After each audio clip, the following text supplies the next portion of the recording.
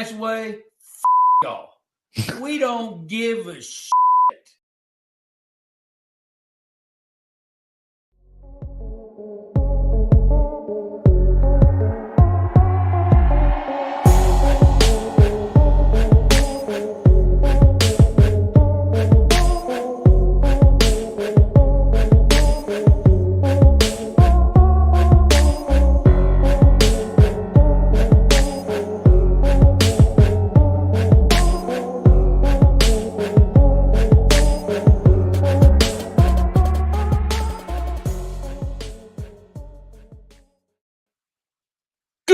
Good evening, and welcome back to Hall of Fame College Football with Jason and the coach.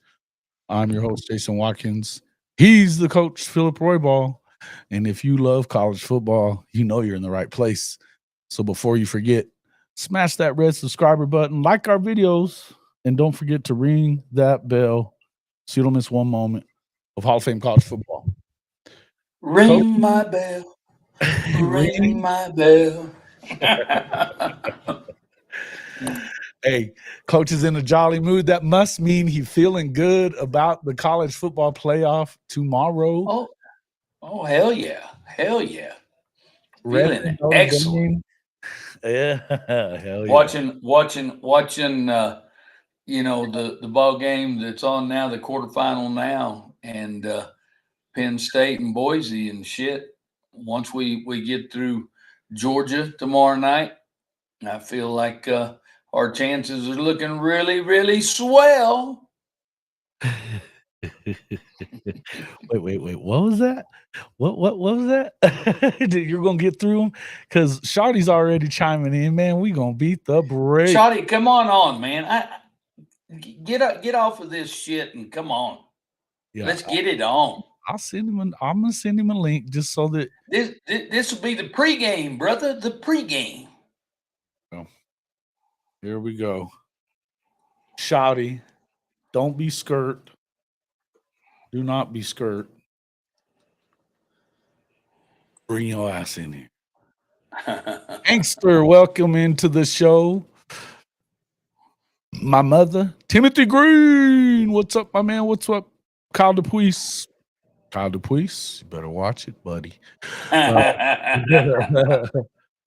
Shawty, there is a link in there for you. Better get your ass in here and defend your honor. Man, we're gonna beat the brakes off Notre Dame. Chris, what's up, Chris?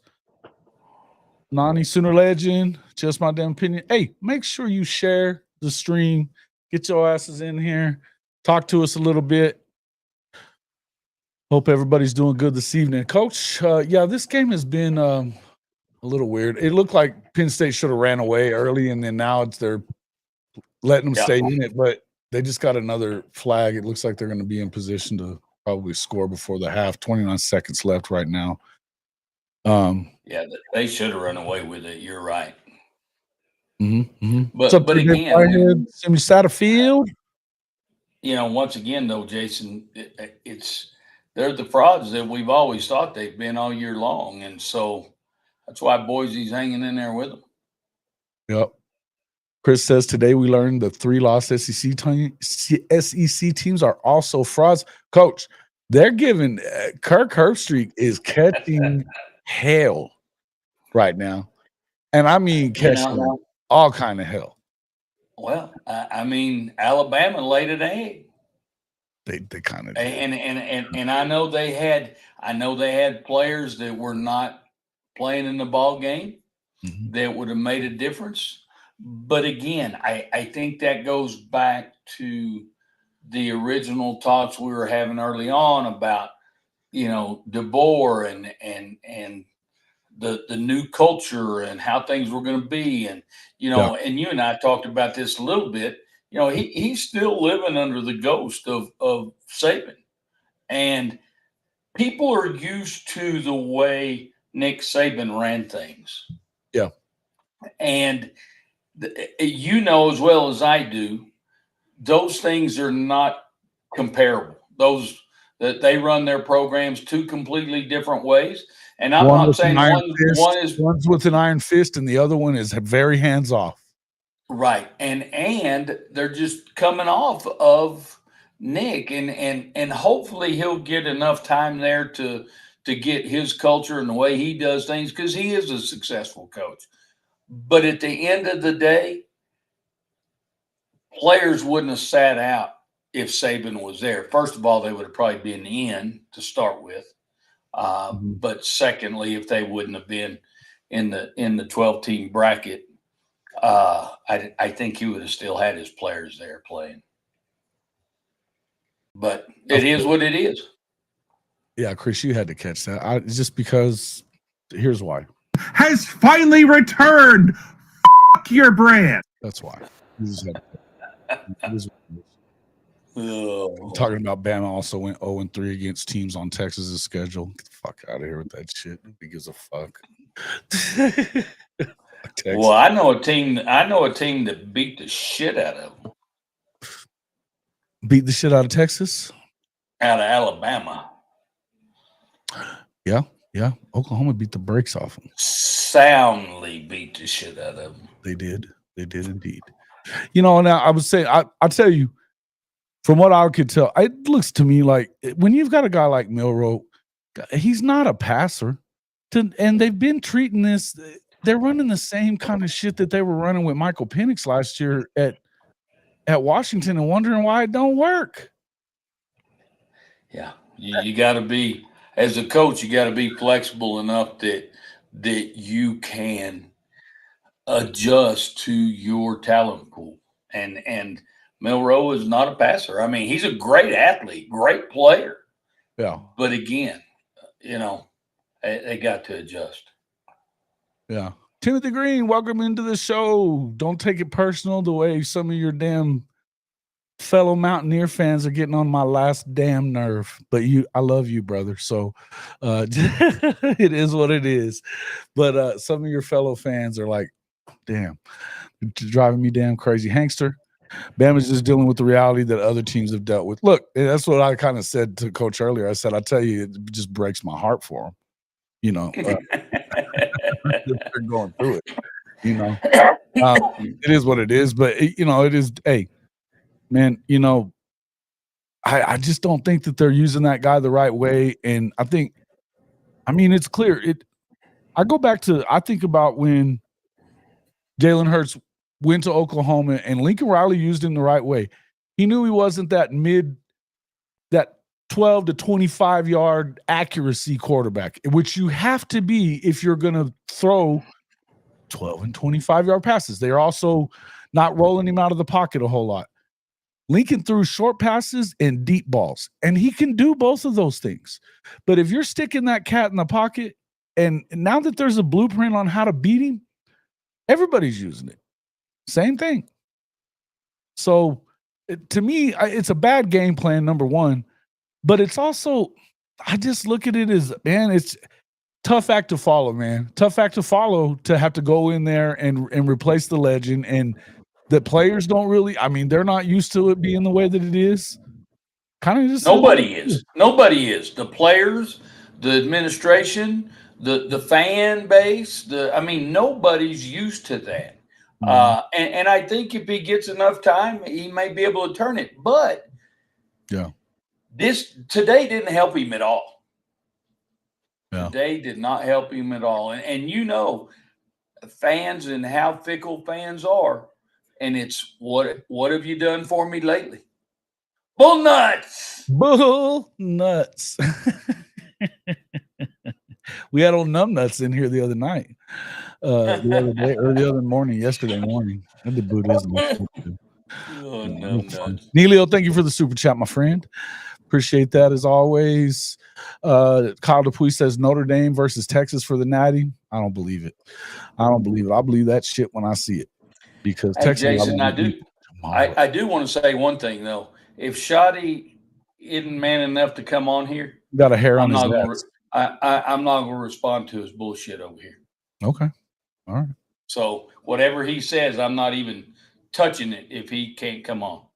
He got a hair on his ass if he ain't come in here. Because last week he came in here talking that shit. And then do it and wouldn't come on. Not when I was on. He said he was tired. Yeah. So, and I just saw him on Respect the Hedges. So don't fucking tell me you ain't around your computer. I know better. Yeah. Come on in, Shot. Hey man, you are one of the respectable ones there, Timothy. We nothing but love for you, my friend. Nothing but love for you. Absolutely. Some of those, I've been catching hell. Is that people listen? And this is no shade at West Virginia, but stop telling me that it's a better program than Oklahoma, for God's sakes. Stop it. That it was a great move by Zach Alley to leave. Come on. Yeah. Come on. And hey, Shawty, come on, man. Yeah. Shawty, come on. Let's talk about the Catholics and the Canines. Let's go. Yeah. Can we call this one Catholics versus convicts too? Since they're always getting thrown in jail for the car stuff. For the car stuff, probably yeah. not. That's not cool. I'm not gonna go there. I'll call them Canines. The Canines. Ooh, you're gonna let them call it the Canines. Catholics versus the Canines. Look. He's here. Shawty. My dog. All right. Hey. What's up, Shawty? Ain't gonna be y'all ain't gonna call me no punk too many more times on this show. Hey, Shawty, I had to call you out to get you on here, man. You know I'm here. Hey, put You that. know How y'all I'm doing, Shawty. man? Happy New Year's, Merry Christmas. Now I gotta get my background together, brother. Okay. Yeah, Merry Christmas. Happy New Year to you as well. Hey. Glad to see you in here, brother. You got to take that Notre Dame background off and switch it for the Georgia one. Is that what you're doing? For some reason, it took my background off. I'm trying to go back in the settings. What up there, Coach Pence? You want me to send you mine? No, I'm gonna work with it. Great. Oh. Hey man, I thought there was an awful lot of dogs on there tonight on the Respect the Hedges, man. Looked like y'all had a full house. As it should be. Mm-hmm. Absolutely. Yep. Oh, you know what? I don't understand why there's been so many bowl games between Big 12 teams against each other. I just don't get that shit. You couldn't have figured something else out for these bowl games? Yeah, there's some of those things. I'm the same way. I'm like, what the hell? Why are you playing in the same conference? Hell, there's a lot of teams that they could have pitted some of those Big 12 teams against that wouldn't have been within the conference. Yeah. We can do better than that. Yeah. Look, they're going to have to do something about it. And, we were kind of talking about this a little bit over the last week. And, Coach, I know that when Chris Mason was on here, but the one thing I'll say is that the transfer portal stuff's got to move till the end of the season. You just got to do something, right? Don't you think? Oh yeah, I don't think there's any doubt. I mean, it's got. There he is. There he is. Hey, that's not the right background, though, Shawty. Nah, we good, Coach. But no, it's unfair to those teams that are in the playoffs when you got the NIL stuff running full throttle for everybody else. And, hell, people that are playing in the playoffs they're focused on the ball games they're having to play. And to let everybody else be using NIL and picking people out of there, which we all know, guys. We know this, though. We know that every program has people that can handle a lot of that business, but still, the coaches need to be a vital part of that. And hell, you don't want to be pulling them away from their focus of coaching a ball game. And so, yeah, I definitely think some changes needed. Well, and again, we've talked about it all year, all three of us and everybody else we've had on here. Changes have got to be made. I mean, all the way around. I think just fine tune things a little bit, and I think everything will be good. Yeah, well, the seeding process. I mean, like, I feel like this weekend is supposed to be next weekend. You know what I mean? This is supposed to be next week.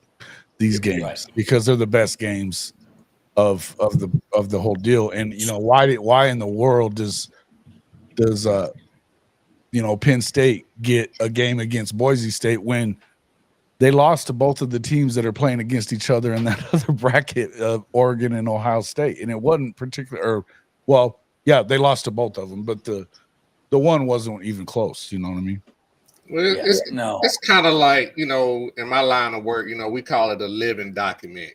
It's always changing because, we don't really know what we're doing. We're just kind of putting something together. And as we see the mistakes, we kind of try to tweak it a little bit. Because after the next year or two, it's going to be 16 teams. Yeah. So whatever they're doing now, they definitely won't be doing when that new format comes in. But Shawty, let me ask you something as you say that 16 teams. So, and Jason knows how I kind of feel about this. I mean, I like the 12 teams. It's good. But let's look at the 12 that are in there. Mm-hmm. Do all of them really have a shot to win the title? No. What I would say is you still. I would say this right here. Normally, you would have maybe 4 to 5 teams that could win it. Truthfully, but this year with the parity in the league, with the way things have been shifting, I can see maybe 6 teams, maybe 7 teams winning. That's what I think I had when we did it. I think I said up to 8. I had up to 8 that could possibly win it, but even that I was closer to 4 or 5, but that number is, and that's what I was going to say. Truly, the number is closer to 4 or 5. Right. So, but that big gap, it's not that big gap. You don't have that fall off like you normally used to have. So that's still 6 and 17 so much closer now. Mm-hmm. I agree, but that's my point. Is crap? Why do we want to go to 16 when hell it 12? It's not even everybody in 12 really has a shot at it. So we're just going to add, 4 more teams to it just because. Follow the money, Cole. It is about always. I know, but again, I like the 12. I think that's good enough. But again, you're right, Shawty. It's about the Geetus. So I've heard Jason right? What'd you say? Well, so I've heard Jason speak about this on some of his previous shows. To this point being, I was really hoping that Penn State would really throttle Boise because this would really make them tweak that auto seeding with the bidding. I can see the auto bid, but not the auto seed because them being a 4 seed and Penn State beat up on them, that'll let you know they should have never been a 4 seed. Facts. Yeah, exactly. I agree. And my thing is that, look, I don't think it really – well, they're up 17-7. They could run away with it, right? And they probably should. But they're the one team that wouldn't. And again, if the seeding was worth the shit and Oregon was playing them, I know that they stayed close to Oregon at the first part of the year. I don't think they stay close to them again.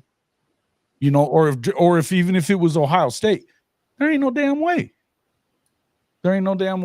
So to me, I don't care if they win, even if they were to win this game. We know that Penn State they don't ever win these big ones. They don't seem to win these damn big games. And I think we've said this before. I think whoever wins the Notre Dame Georgia game they're going to end up in the championship. I don't think there's any doubt. But look what this does, though. Just think about this on just a bigger picture, just in one terms of the playoff, them going to 16 teams. Look what this particular change in the playoffs has done to coaches' careers. Because if we were still on a 4-team playoffs, a lot of those guys like Penn State would have made it this year, but a lot of those teams who really been trying to knock on the door, I hate to say it, like Notre Dame, they wouldn't have been in the playoffs this year. You know what I'm saying? So Notre Dame was 1 loss. But they was 4 team. Yeah. Right. That's what I'm saying. They wouldn't have made the playoffs. But going to 16 teams, I had to take that shot at coach. But going to 16 teams, just think about what that would do for some other coaches. Think about like Shane Beamer would have made the playoff this year. Lane Kiffin would have made the playoff this year. So, it helps. It's also provides some more stability for some coaches and taking pressure off some of these coaches.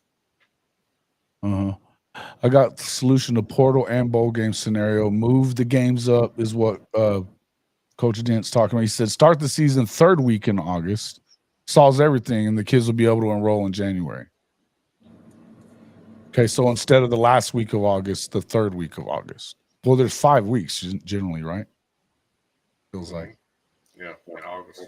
Okay. So basically just saying move it up a week, which why not? Why not? I'm okay with that. Shit. Bring it on.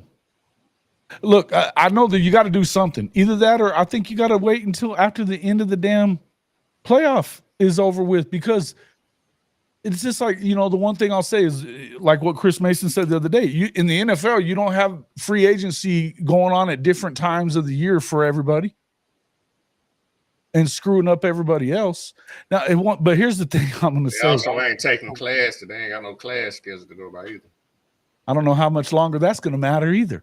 I've got to tell you, I don't know how much longer that's going to matter either. So they're Jason, they're trying to keep up appearances that it matters, but does it? So Jason, I don't know if you remember, like when I first met you on maybe one of the first shows I met you. I don't know if you maybe remember I said this. I was like, the athletic program and the schools are really separate entities. We just have to use their logo to be tied to the program. But the athletic program really don't have nothing to do with the school. And that's really what it don't. Now you seeing it more. Now you really seeing it now. Because the athletic program give the school money. Like we pay them. Yeah. No, I agree. Well, they're doing the football program. Let's screw that down even further. The football program's paying money. The athletic we pay for the rest of the damn sports. Still is kind of other than college basketball, it's similar, but outside of those two sports, really, it's not really even kind of the same anymore. You can still because the other ones don't generate revenue really. You know what I mean? You get some revenue from baseball and softball and stuff like that. The rest of them are not generating revenue, and even those two aren't generating enough. You know what I mean? The biggest programs in each sport are maybe a little bit. The point being is you need to right now we're looking at, we've been watching it go on at Oklahoma. I'm sure you're seeing it going on there at Georgia. I know we're seeing it go on at Notre Dame, where you have an NFL front office now. They're trying to do sports medicine. They're trying to do the whole nine, a general manager structure, football operations structure, just like the NFL, that they're taking a lot of that stuff out of the hands of the coaches, which they kind of have to do. There's still going to be recruiting, but I think that in the end, you got to play the game that way. And so what are we talking about when we're worried? We're really going to be worried about we're really going to be worried about whether or not they're damn eligible this week or not. When there's this much money on the line that you've invested in these guys and out front invested in them. You know what I mean? Don't tell me that you're going to hold out. Trevor Etienne ain't going to sit out the bowl game because he didn't go to class Friday. He's not going to sit out that playoff game or the game against Alabama neither. Well, so that's what's crazy about the bowl games. Some of these deep bowl games come right after grades come. Grades come out right before that. So some of these guys could be academically ineligible. Mm-hmm. Yeah, absolutely. Well, and that's the whole thing is academics. Again, if we're going to continue to sit here and act like that's an actual thing, then I got to ask why, because we all know better. We all know better. You know what I mean? It's all a facade, man. Yeah, it's smoke and mirrors because, as a college president, you can't put it out there. Our athletics is not associated with the university other than through a name, but it is what it is. Yeah. I guarantee you, at a lot of these big schools, guys, the head football coach can tell the damn president what the hell they're going to do. Listen, in a state like what I'm talking about, like Georgia, program like Georgia, you're second to only maybe the governor. I'm just being honest with you. No, you're right. If you are right. the governor, if you even are, I can promise you this: the governor of Oklahoma ain't got the power that the football coach at OU has. I promise. But that's kind of the point that I'm getting at. Yeah. These guys flying around in helicopters. Exactly. But you know what, guys? But again, if we break it down from that perspective, that's not everywhere. Okay. Right. That's your elite programs that are built that way. You know, I guarantee you Boise State ain't built that way. You know, the president and the governor and everybody else is, you know, hell, the custodian may be ahead of the head coach at Boise. I don't know, but I'm just saying it's different is all I'm trying to get to. Yeah. Let's see, catfish, shrimp, grits, and gravy. Bishop Frank, I don't know what this means, but thank you for coming in on Twitter. Make sure everybody has hit that damn like button, folks. We've already had over 400 people in here. We got 13 damn likes. Jeez, come on, guys. 13 likes. Hey, give me. If you dislike Notre Dame, hit dislike. We got 70 people on this stream right now, and we got 13 likes. Come on, folks. Come on. Don't be freeloaders. We don't ask for money, but do help not us out, baby. Help us out. That helps us a ton. There's an awful lot of damn niceties going on in here for there being a damn playoff game tomorrow between y'all's two teams. So I want to hear some shit. Shawty, why are your Bulldogs going to win? So, you know, last time, you know, I was in the comments, you know, you guys riled on me about Shawty talking all that smack and shit, and he ain't got nothing to back it up with. So do you want me to back it up with? You want me to back it up with present time and history? What you want me to back it up with? I can do it. Back it up with whatever you got that's your best shot. Okay, I'm first of all, I'm just gonna throw a little history in it. Oh shit! Just a little. I mean, just Notre Dame and playing BCS games. They 0-8. If you know, nobody knows that, right? They 0-8. Absolutely. Right. Absolutely. And you know, in modern times, the last time we played you guys, we're 3-0 against you guys. So that's why just based off the history, that's why I feel a certain kind of way. Now I'm just gonna hit you with, you know, what's going on now. Now on paper, statistically, I think you guys are a better team. It looks better on paper, and I'm a stats guy, so I like the way the stats look. But I am gonna say something about that, Shawty. Okay. Just because it looks good on paper doesn't mean it carries over to the playing field. Because that's where I'm going. That's where I'm going. Okay. So, man, I'm a stats guy, and Jason know I'm a stats guy. Right back. I gotta pee. I'll be right back. Go ahead. Okay. But to that point, I think you guys' stats are somewhat inflated based off the schedule that you played. Sure. So that's why I don't really think you guys' stats are what they are. And the main reason, just to be honest, why I think we're gonna beat you guys is because I think the matchup. I like the matchup. You guys are gonna come in and try to out Georgia. You guys are gonna try to come out and be more physical than us, and I just don't think that's gonna happen, Coach. That's really the main reason I think we're gonna beat you. I think it's gonna be a close game, but we're gonna edge you guys out, and plus, y'all can't kick field goals.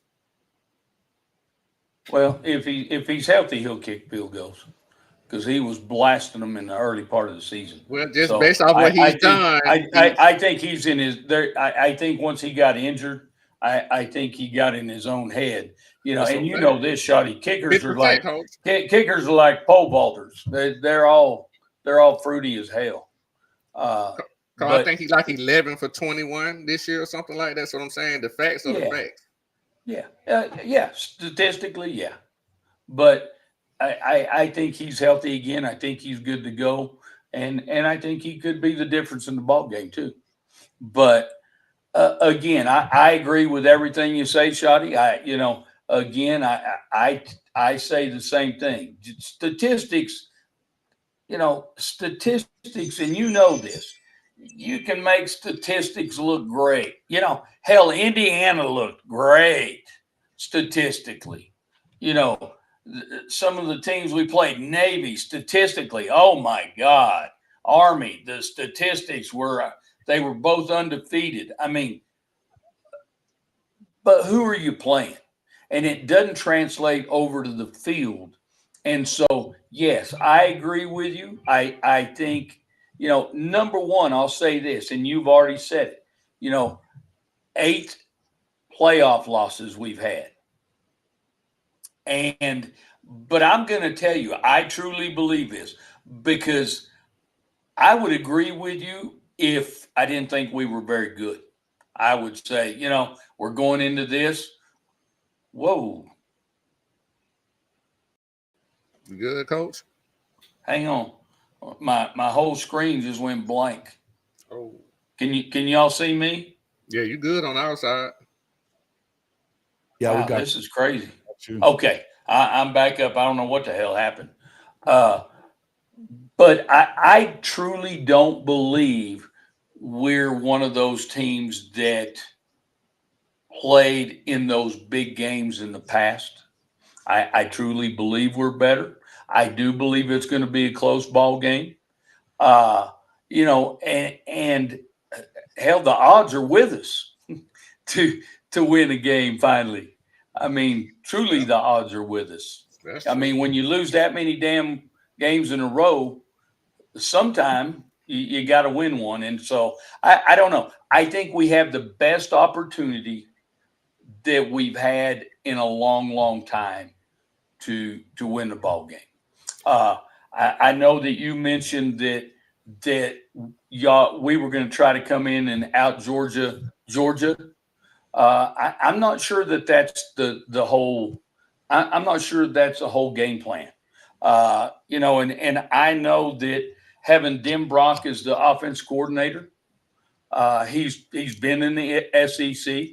He knows the SEC. He obviously knows Georgia. And so I think we may beat him though. I think we may have a few wrinkles for the ball game. And so I'm looking forward to it. I really am. I'm not going to sit here and tell you that we're 100% locked to win the ball game, but I'm going to tell you, I do believe this. I think it's a 50-50 shot. Whoa, whoa! I ain't gonna go that far now, Coach. Yeah, I think you know that too, or there wouldn't be the odds makers in Vegas wouldn't have it at a point or two. But you know one thing I will say, Coach, is you know what I'm saying. I think I agree with everything, especially you said at the end about this being you guys' best shot, because it really is that type of game. Because you guys have been, I said it earlier on our show, you guys have been knocking on the door to get in the club for a long time. And you guys just have not been able to get in. But if y'all beat us, you'll finally be able to get in the club. And I agree. I couldn't agree with you more on that, because we need to win a ball game like this to be relevant, truly relevant again. I mean, and I'm not going to say we're irrelevant, but we're not relevant. And we need – this is a big ball game. Coach, this is, again, I say this now, and I'm just being honest. By the way, the spread is Georgia -1. -1 in Vegas, right? And rightfully so, coming with a backup quarterback. I get all that. But with that being said, I would say this right here. I tell people all the time, if you want to really know how good your program is, and you want to find out how far you are from being elite, Notre Dame is gonna find out when they play us tomorrow night what the things that they need to do to build on their program to take that next step. Because if they're not there, that's what they're gonna be able to do. But if they win, the things they have done, right? You know what I'm saying. So what I'm saying is, we are the barometer. We're gonna let you know where you are at as a program and trying to be an elite program. No, I agree with that wholeheartedly. I'm gonna jump in here and say this. I think that the idea that Georgia's just going to have a walkover in any way, shape, or form. I got to agree with what Dent's saying here. I've been saying this for 2 years.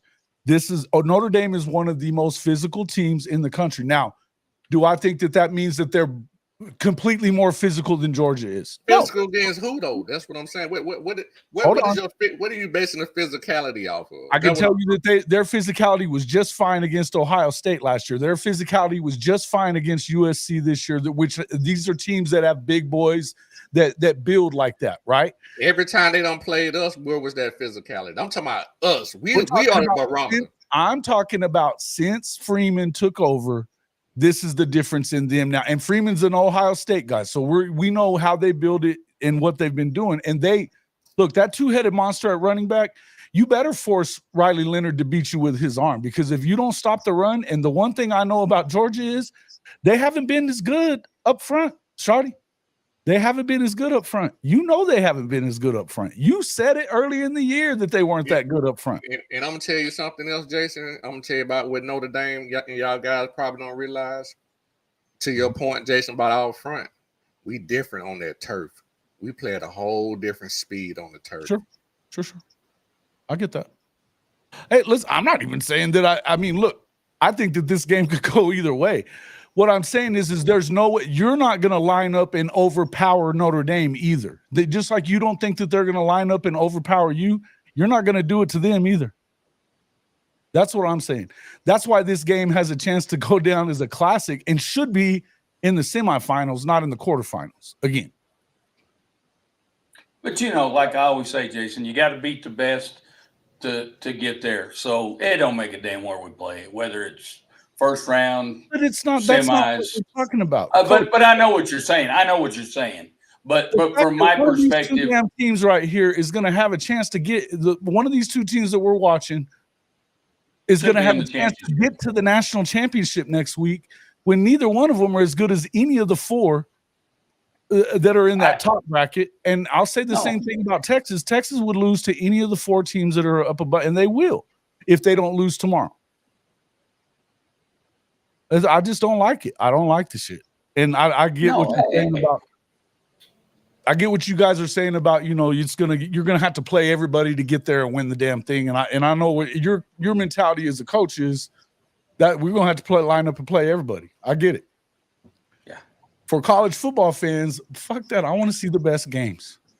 Well, and here's the thing: when we beat Georgia tomorrow night, we become the number 2 seed.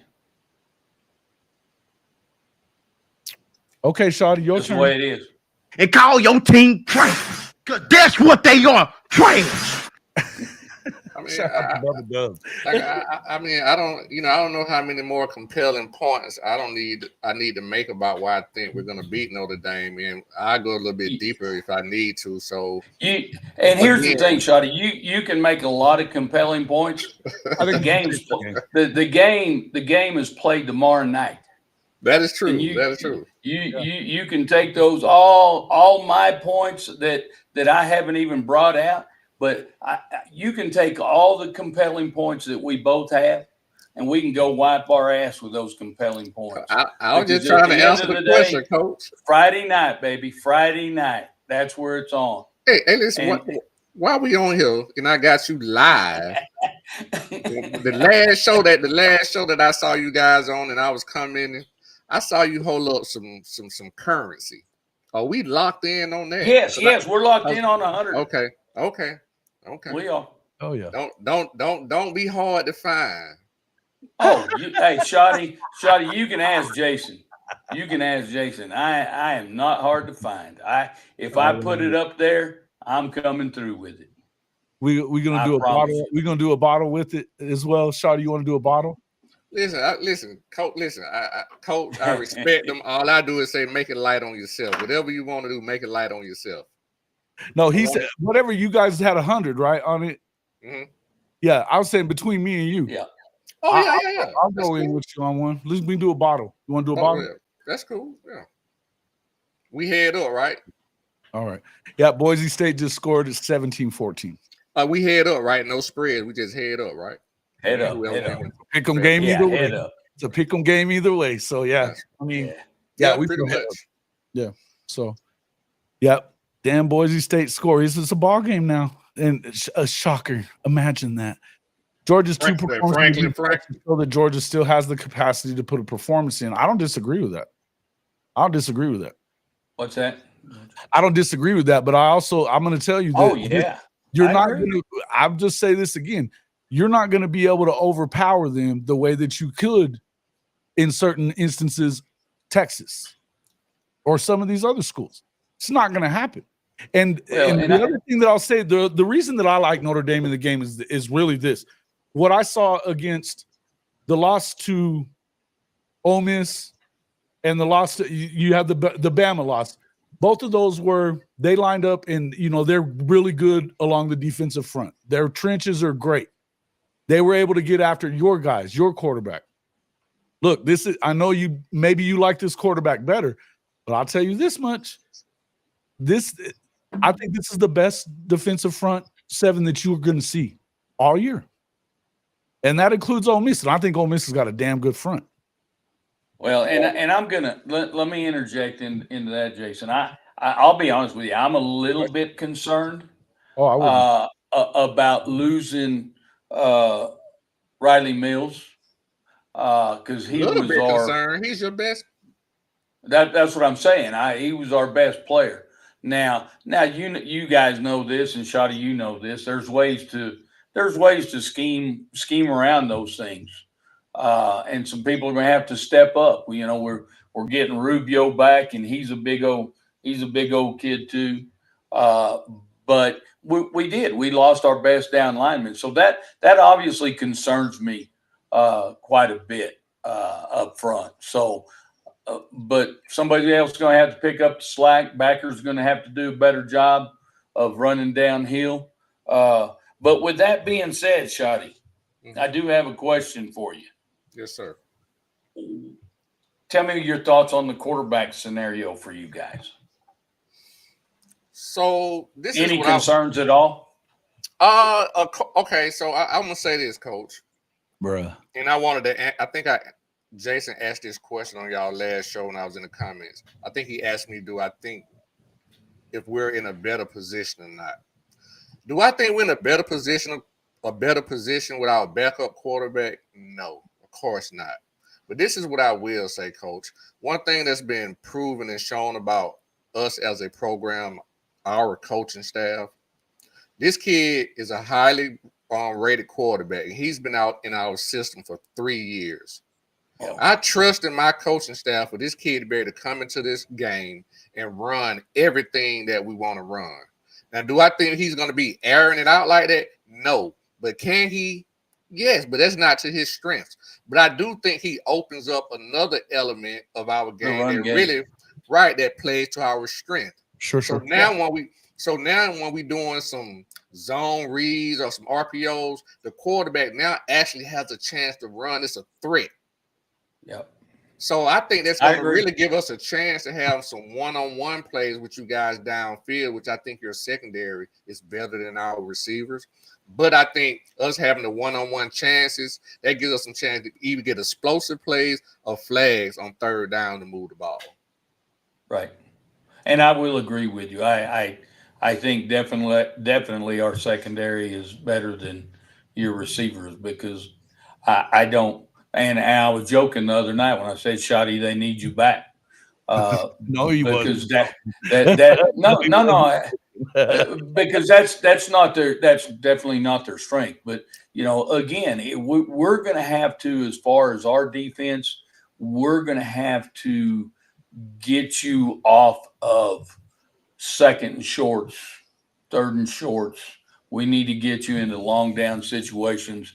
And my question is, what kind of a job are we going to do of putting pressure on the quarterback? Because I think, on Gunner. Because if he's going to run the football, you're going to put him in jeopardy too. Who would be his backup if something were to happen to him? It'd have to be Rashada, wouldn't it? Probably. Shawty, is it James? What's the other kid's name? Gunner Stockton's. Yeah, it's Rashada. It's not Pulaski. He's the okay. It'll be Rashada. Okay. Do you think Rashada is better than Gunner is? I think he has a higher upside. Mm-hmm. If you ask me the same question this time next year, it could be totally different. I really think Rashada could probably take over Gunner. Mm-hmm. Okay. But right not today. Not today. I just think Gunner, yeah. again, he's been in the system for 3 years. So if nothing else, I trust that he knows how to run the offense. Sure. Mm-hmm. But when you've only played 81 snaps in when live bullets are shooting and coming at you, you know, it's going to be interesting to see how he does under the pressure. If we can pressure. I agree. Well, it's just the fact to be starting a game, period. Yeah. But again, and that's a whole different thing. Yeah. That's completely different. And you know that starting the ball game and coming in the middle of a game, two whole different worlds. A lot of times it's better to come in off the bench because you're not uptight and, you know, lots of things.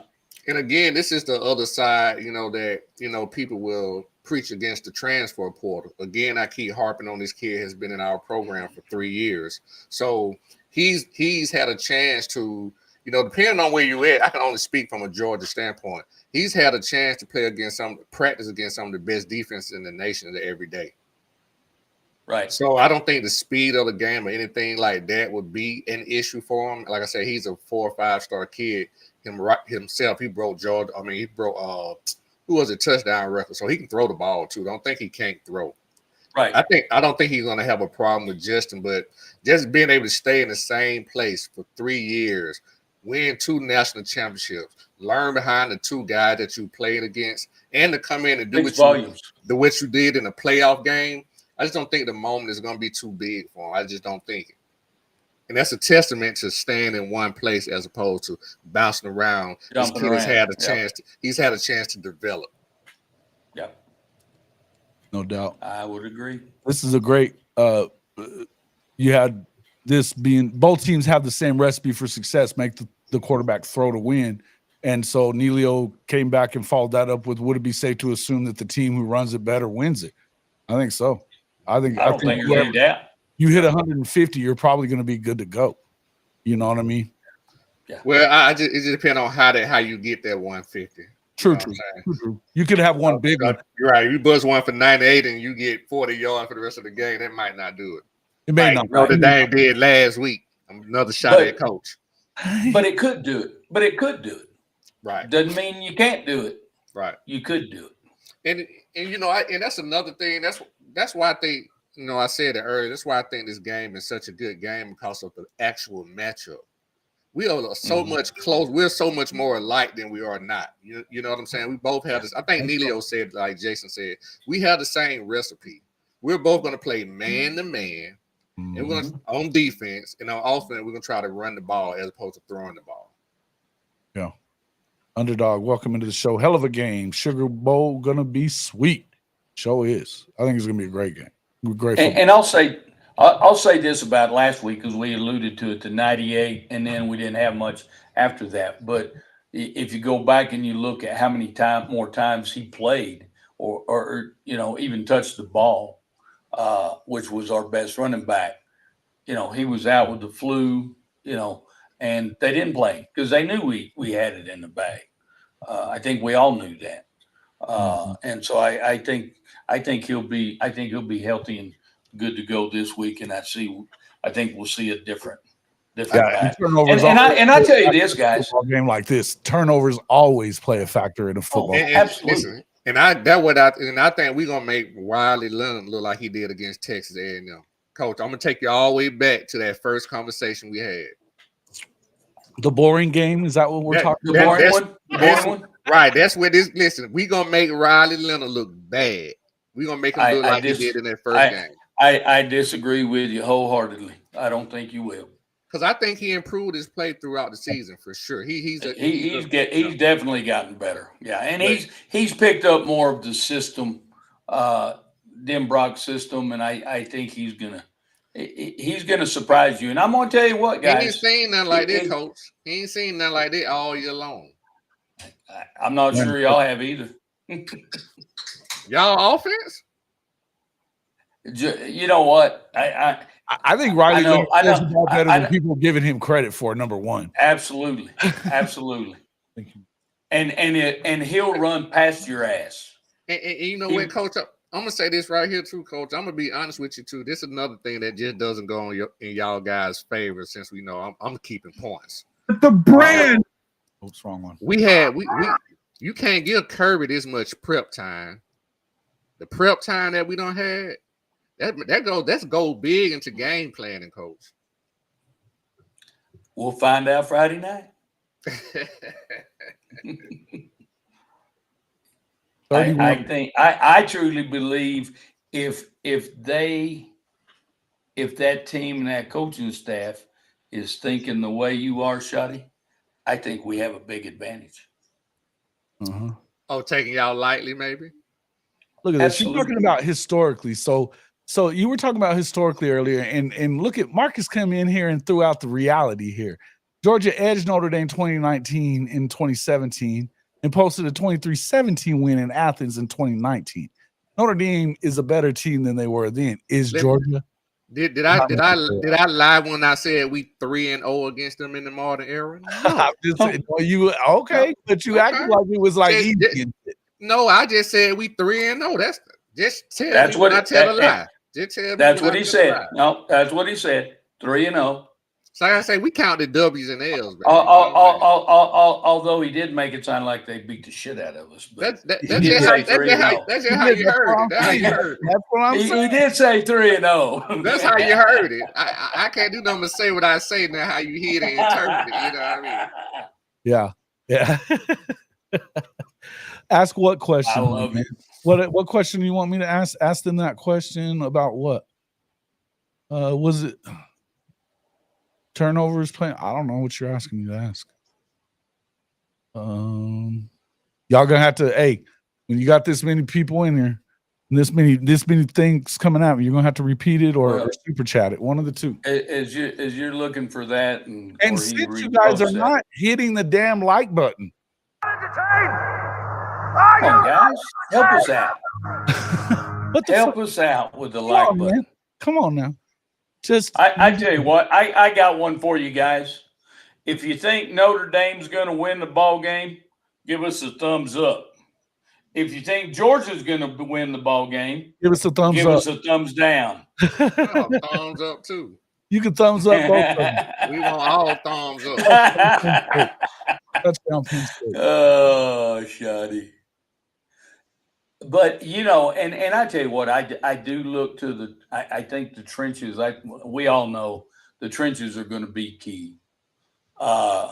Georgia have some. Oh yeah, good God, some beasts on that old line, and we're going to have to do some things when we're running our.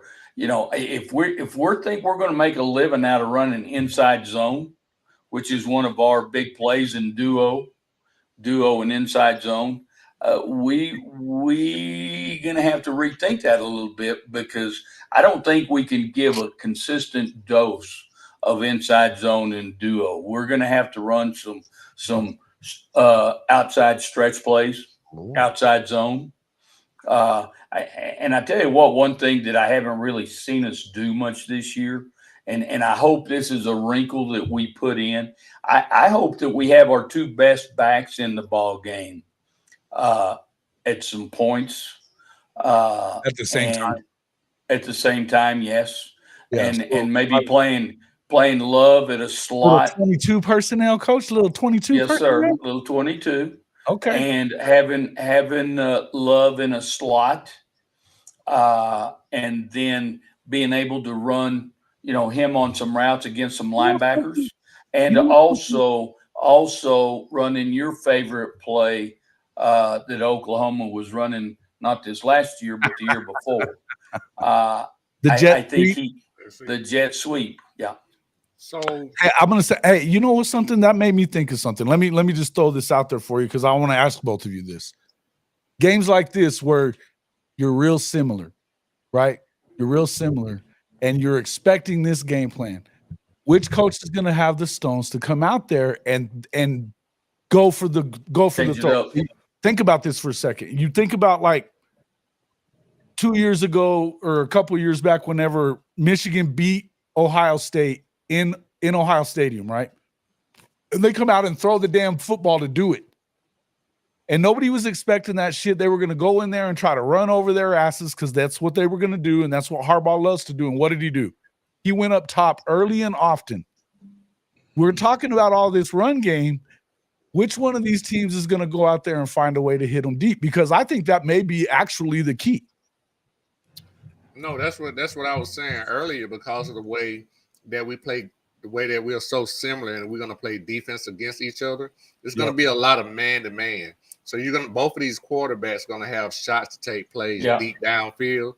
And what's going to be the issue is going to be is whether you get flags, catch the ball, and that's what's going to allow you to move the ball on third downs.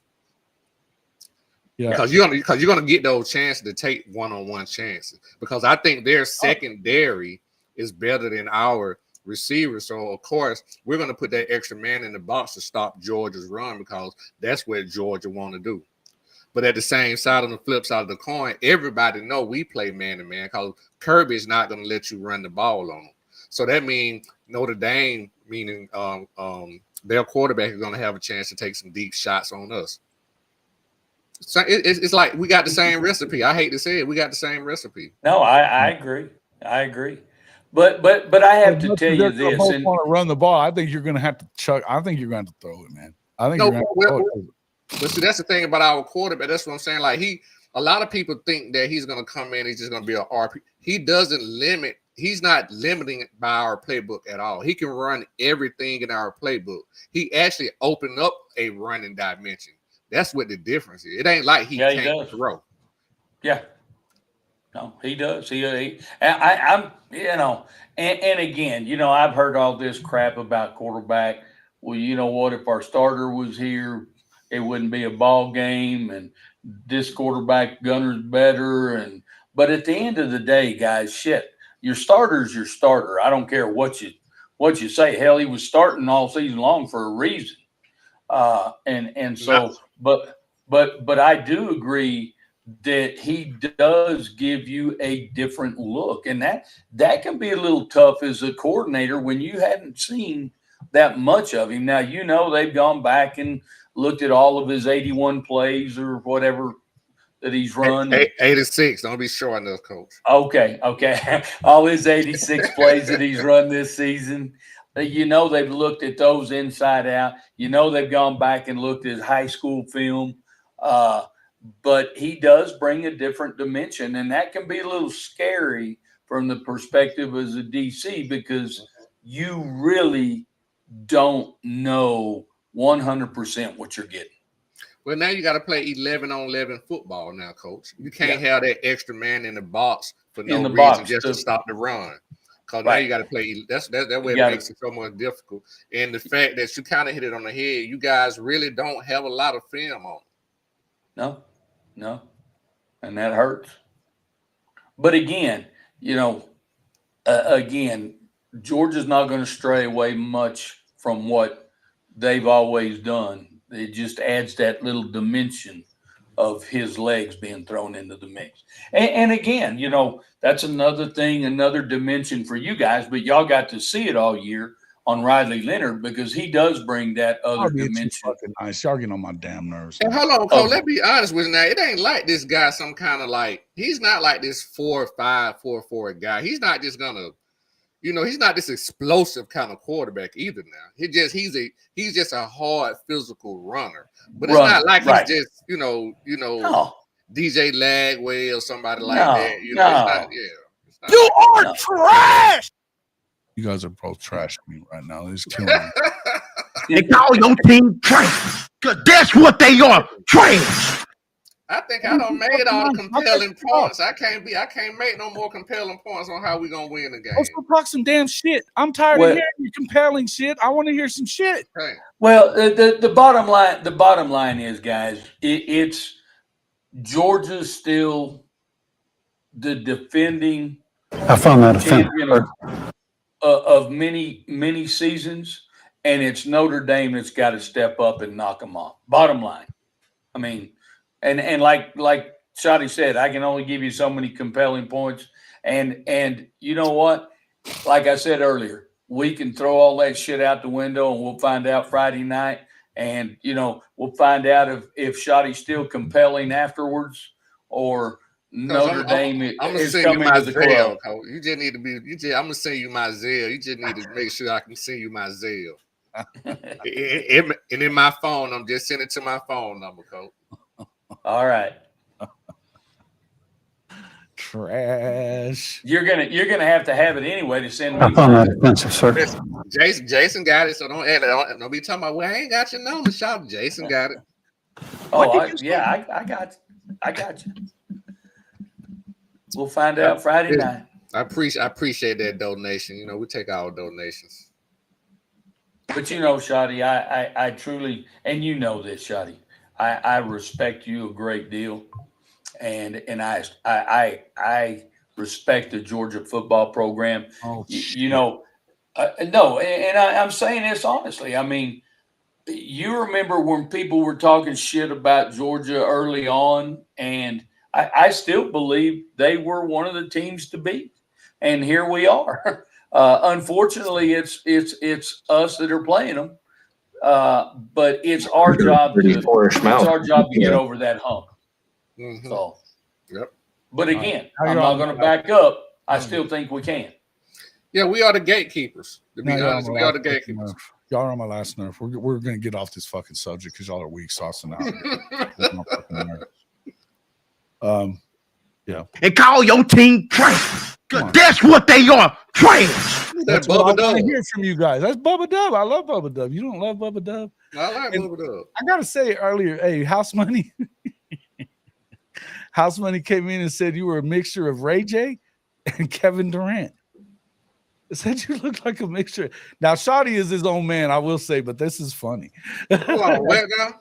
He said homeboy in the middle looks like a mix of Ray J and Kevin Durant. I've heard Ray J before, but never Kevin Durant.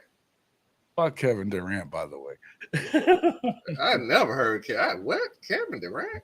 Not a fan of that fucking Longhorn, and So I do have another question. Baby shit, Let's talk real quick about how the SEC and the Big Ten are faring in these games. I'm gonna tell you something right now. It's an important distinction that we make this too. Georgia right now, along with Texas, kind of carrying the reputation of the SEC. And yes, they are, because they're bitching, complaining. The Kirk Herbstreit stuff is wilding out right now about him saying that Bama should have been in 2, or it should have been South Carolina got their ass beat today by Illinois, for fuck's sake. Want me tell you why, just to be honest with you, this is just real talk. This is just being 100 with you, right? I'm going to say this as nice as I can. So don't listen. If you're not in the playoffs, if you're not in the playoffs, it doesn't matter. Don't nobody want to. Everybody leaving. It's like you're not. These kids are not playing in those bowls. They don't care. So when you talk about these bowl games, I know that. Now, don't get me wrong. The optics don't look well, but these are not real. These are not the same teams going into these bowl games that you would play throughout the year. If you're not in the playoffs, these folks going to get ready for the NFL. We all got to go through it. That's just real talk. Come on now. But the point is, I understand that, and I agree with what you're saying. But that doesn't matter for the rest of the country. For SEC fans can sit here and say this shit and be like, we don't give a fuck. But you know that the Danny Canals of the fucking world and everybody else that wants to sit here and prop up Boise State and SMU and Clemson and shit like that, they are loving this every fucking second of it. So the SEC kind of needs your ass to handle business tomorrow there, Shawty. But these are the games that matter. I'm saying, like, if Texas and Georgia handle their business, all those games it don't matter. That's what I'm saying. They don't matter. These are the games that matter. Now, if Texas and Georgia go lays an egg, now you're talking about something. Because like most conferences, we top heavy. Then you have teams that there's not a lot of separation about. But most team conferences only really have 2-3 just very, very good teams. Okay. I still think you're going to tell me that it doesn't matter if you don't win the Natty or somebody in the SEC doesn't win the Natty. I thought you just told me earlier it's about W's and L's. Did you just say that yes, a few minutes ago? Yes. So now it doesn't. Why I say it doesn't matter? Now it doesn't matter whether they win bowl or games lose. don't matter, is what he's saying. No, I'm just talking about in terms of the bowl I got games. you. They're smaller bowl games. Everybody really just looking for the major four. The major four. I'm with you. I got you. I misunderstood. Yeah. But so tell me what your thoughts are with Alabama. Alabama's lost today, and DeBoer. Little pressure on him now. I tell people not to be prisoners of the moment. I get it, but this is a big, succession plan that they got going on. Damn, they lost their fourth fucking game, man. I get it, the guy took over a team that had a lot of talent, but he had some talent lead. But I'm just saying he has a different vibe, a different culture than Nick Saban had. It's gonna be hard to get up from under that shadow, and that's what people have to understand. You're gonna have to get this guy a chance because But the question is, will they? Right. Well, it's Bama. All I'm just saying, he cooking with Nick Saban groceries. Get this man a chance to get his own groceries to cook his own food. No, and I agree. But Shawty, this is the same. Do they give him time to do that though? Because I don't know that they do, man. Do you lose 4 games in your first year with Saban's players? And this is the same thing I taught Jason and I. Everything you just said is the same thing I said to Jason before we came on here today. But again, and I've been saying it from the get-go, he had to come in under Nick Saban's ghost. And it's a different culture. Players, those two coaches are completely different. But they expect this out of Saban, and this guy's not doing it this way. So are people going to get to where even the locker room where, oh, hell, this guy doesn't know what the hell he's doing. Saban did this and did that. Lost Oklahoma. And so that's the reason I asked the question, because I think he's a good football coach. I think if they give him the opportunity, I think he will win again. But he wins everywhere he goes. That's why you got to give him a shot. I know. I will say he's at Alabama. His first year at Washington, he lost 2, and then he went undefeated until the national title game the next year. He's lost a total now of 16 games, and he's over 100 wins. I wouldn't pull the plug yet, but we're not Alabama fans. I'm watching Alabama fans lose their shit today about they just lost their 4th damn football game to a shitty Michigan team. I get it, but just in the real, you're gonna have that go on anyway when you look. Ain't nothing cool when you're losing, but you got to get this guy at least minimum 3 years, minimum. I agree, but I'm not sure that. And it's not just giving him the time, though, Shawty. Is there a belief system in him that he can get it done in his locker room, in his administration? Well, I think the president. He was the only guy that they went to talk to. Yeah, as an administration, you don't want to set a precedence of you hire a guy in 1 or 2 years and you fire him, you have to go get you just don't want to set that precedence either, because that reflects on you as an administration and how you hire people. When you got, and this, when you got boosters that are dumping money into that program and they don't like it, that affects the administration. Damn right. But I'm saying that the boosters are admitting that they wrong too, because they also back that guy. Because if they didn't like that guy, they wouldn't put their money behind it. So the boosters themselves are admitting that they're wrong, and people like that don't want to be wrong. It's about to be a pick 6 for Penn State. Maybe But not. no, I think he get 3 years minimum. I just think there has to be at least that particular standard. Unless he just, in year 2, he's even if you don't say if you can't go below 500. You gotta still be in the mix, if that makes sense. Right.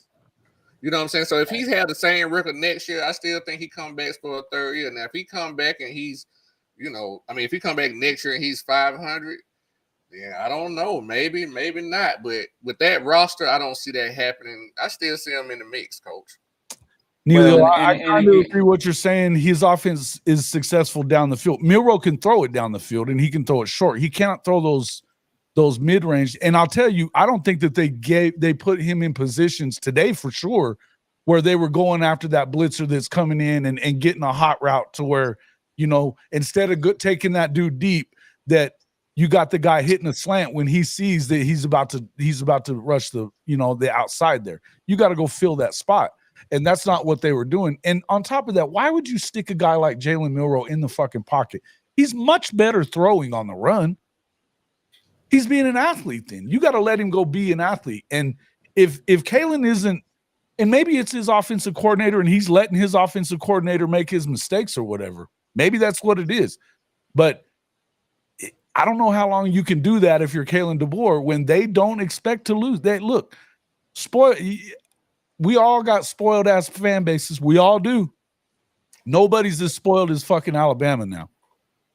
Nobody. We always say year 2 is the biggest jump. Well, I always say year 2 is the biggest jump of a coach. I agree with you. Because you got to understand that first year you're coming in, the coach is he's trying to blend his system to the players that he has. Let me ask you a question. There's a report out there that Quinn Ewers has already been offered $6 million. Do you think it might be?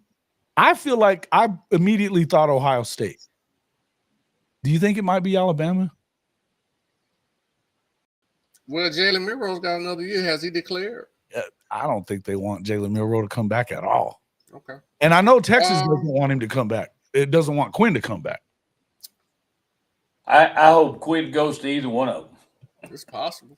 I mean, it's possible. It might be Georgia. I hope it's somewhere. Oklahoma plays. Pregame Prozac. It might be Georgia. We need a quarterback. Could be Georgia. I'm saying it could be. I mean.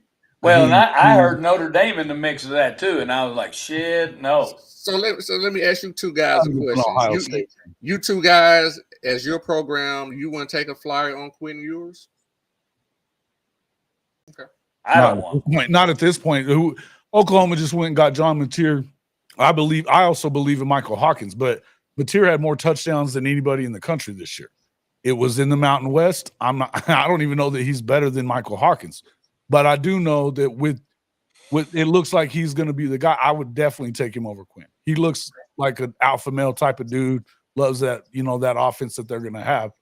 No, I don't want Quinn. I don't think it's a good match for OU.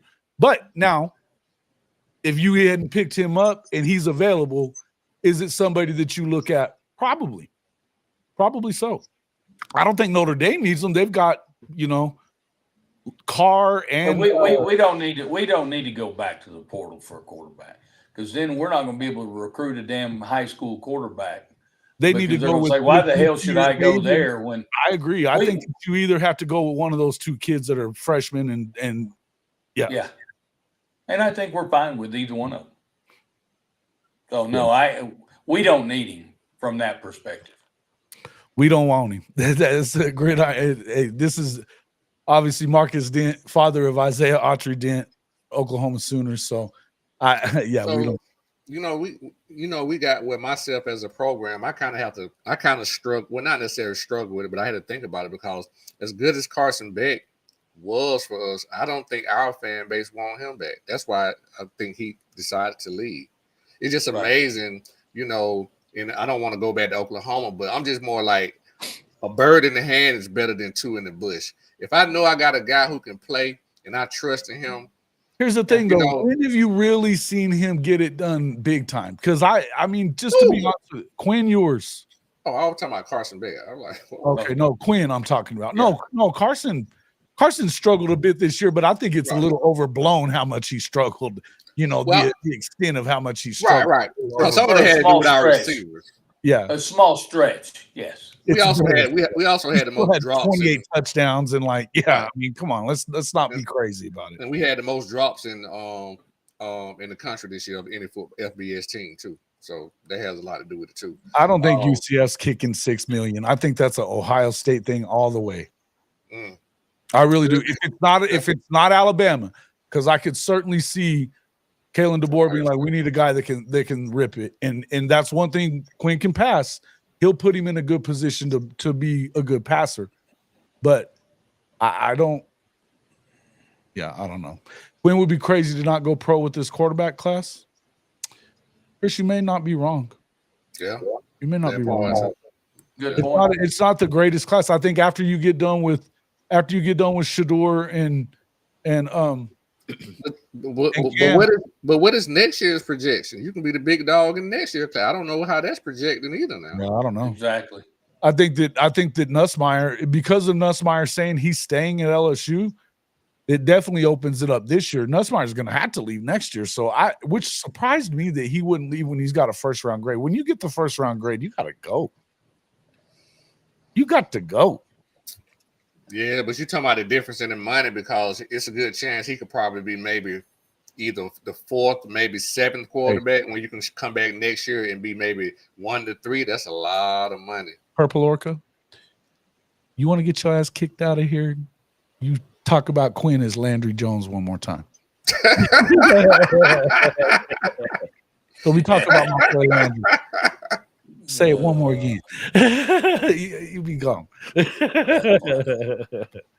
Material number 1 pick. Hey, this class is garbage up there with Kenny Pickett draft class. Yeah. Klubnik has a chance for number 1 next year. I don't know, man. I think that, him, Nussmeier. Klubnik's, hey, man, he looked pretty good last week, but you still have to see it. But that's what I'm saying. That lets you know what I'm saying. Like the class he of next year. He had a lot better season this year than people, but it wasn't the ACC, but he certainly looked a lot better than he's looked. But we're talking about NFL projecting guys. We're talking about guys playing in the NFL at the next level. Not the fact that they dominate in college so much, but the actual NFL projection. Well.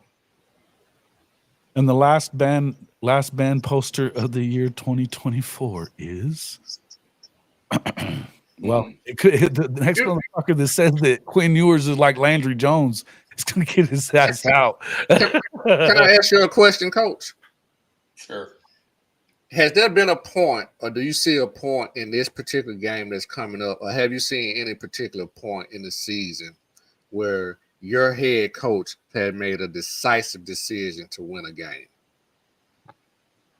I think he's made several, honestly, Coach. Just give me one, Coach. Well, I think it's going to be one of the 4th down plays, and I'm trying to remember which one because who was it we were playing that we run? Was it USC? Who was it against? We're 4th down on our, I think, 28-yard line or something. We line up to punt. We fake the punt. And, I mean, we're on our own damn end of the field. And that's what kind of, I think, motivated us through the rest of the ball game to play better. So I would say that. And that's I think that's another thing. And I'm glad you bring that up, Shawty, because – again, we've run a lot of fake punts and different things on kickoff that I know y'all have had to prepare for, which when you're preparing for that takes a little bit more time off of your offense and your defense. Okay. But yeah, I think I mean, let's be honest. I think we've got to do what we got to do to get any kind of edge. And it could be a fake. It could be, fake punt. Could be a reverse on the kickoff. I don't know. So y'all bringing out the whole playbook. Well, we have to. Yes. We have It to. is. It do or die. Yeah. Yeah, this is it. I mean, shit, we got to shit or get off the pot. Yeah. Okay. I was just wondering because before I get out of here, I was just thinking about it, man. I was just thinking, normally when I tell people all the time, this is one of the reasons that players pick Georgia over a lot of schools and other schools like Georgia is because these are the games where you make your money at. Everybody is watching this game. I don't care what kind of teams you had and what kind of players you had on those teams. All those guys are now watching you. Everybody's going to be watching this game. So this is where you make your money at. And I've seen time after time where Kirby Smart, as a head coach, has been able to go into the halftime, make adjustment, and make make critical calls. I see him as a coach make critical calls and adjustment to win games. So I know it's going to be something different for Marcus Freeman. He hasn't been in this particular environment before. I would agree. I would agree, Shawty. The only difference here is I think he's got two strong coordinators that can help him in that decision-making process. Okay. That's what's up. I mean, they're both veteran coaches on their respective sides of the ball. I think Beck has to come back next year. I think that he's already declared. Did he? Yeah, okay. He declared last week with his early this week. Okay, I didn't even notice that. Huh. Hey, one more question. Cam Ward. Just playing till he broke the record. Thoughts? I talked about that a little bit earlier with my guys, and I did want to bring that up too. I have to hold judgment just a little bit because I don't know everything. Now, I would say this: if you did not discuss this with your head coach, and you guys were not on the same page, and you blindsided your head coach, it's an issue. But if y'all both discussed this, and he knew this, and he was able to know he was going to have to make adjustment after halftime or when the record was broken, then I don't have a problem with it. But it was just between them, and it was more to keep him from. I don't think it was about the record as much as it was. Maybe it was about the record. I don't really care. But he gave them a lead, and they didn't handle it. They're pissed off because they lost the football game at him. Miami fans are. Miami fans, I don't even know exist, really, to be quite honest with you, because you never see them anywhere. No, I know. You know I was just curious. No, I was just curious to get other perspectives because and again, I'm just one of those guys that, if you're going to start the game, let's play the ball game. If you're not going to play the whole game, but Coach, take your ass. Don't you think because your teammates. I want to give it to you in another perspective, though, because from what I hear, Mario Cristobal wanted to start this kid because he's the next guy, supposed to be the next dude there at Miami, and he wanted to see what he was going to get out of him, so he only wanted him to play a half. Well, and that was agreed upon between them going into. I don't want to be pissy at Cam for it at all. I'm not putting this on Cam because, number one, I would say again, this is not a fucking rule that he came up with. And Mario Cristobal he threw his ass under the bus by not saying after the game that it was agreed upon, period. And that's my whole point. It's about the communication, because if it was communicated, it don't matter, because we both said this is what's going down. Because if as a player you come to me, if I'm a head coach and as a player, you come to me with any kind of compromise of something you're trying to do outside of the normal norms of playing football, I can literally say, no, I'm just not going to play you. It's just not what we're going to do. Right. But if we talk, and we have a conversation, and I play you, then the kid, that's on me. That's on me, the head coach. Right. Yeah, because he wanted to play this kid and see what he was going to get, give him a head start, thought that he'd have a good enough lead. And, hey, he probably figured he was going to go out there. He's supposed to be the next best thing. They liked the kid for a reason. Just because he went out there and shit all over himself doesn't mean that you still didn't need to find that out if you're Mario either. But it's a chicken shit move on Mario's part to not say anything about it after the game whenever everybody was coming after Cam like that. I think it's messed up for Cam. So you see where Purple Orchid just said, that was my whole point. So these bowl games, that's what I'm saying. So when you look at these bowl games, you're talking about the SEC not winning and losing. These games I don't want to say they don't matter, but honestly, to these kids and what they trying to do, they don't matter. Now if that was a semifinal or a real playoff game, do you think Cam not playing after halftime?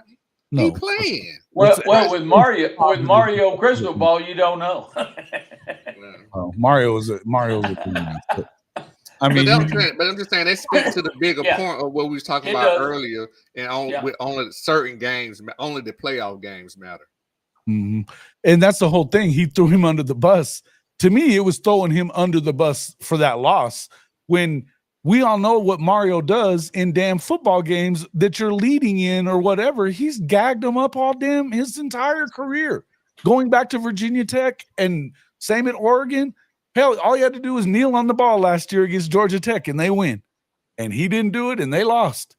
You know what I mean? We know that he doesn't need Cam Ward to fuck it up.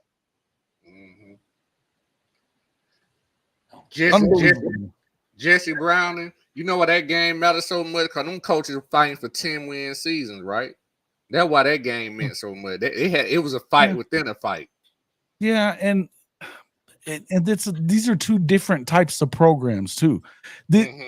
If we're talking about Oklahoma and Illinois or South or whatever, you know what I'm saying?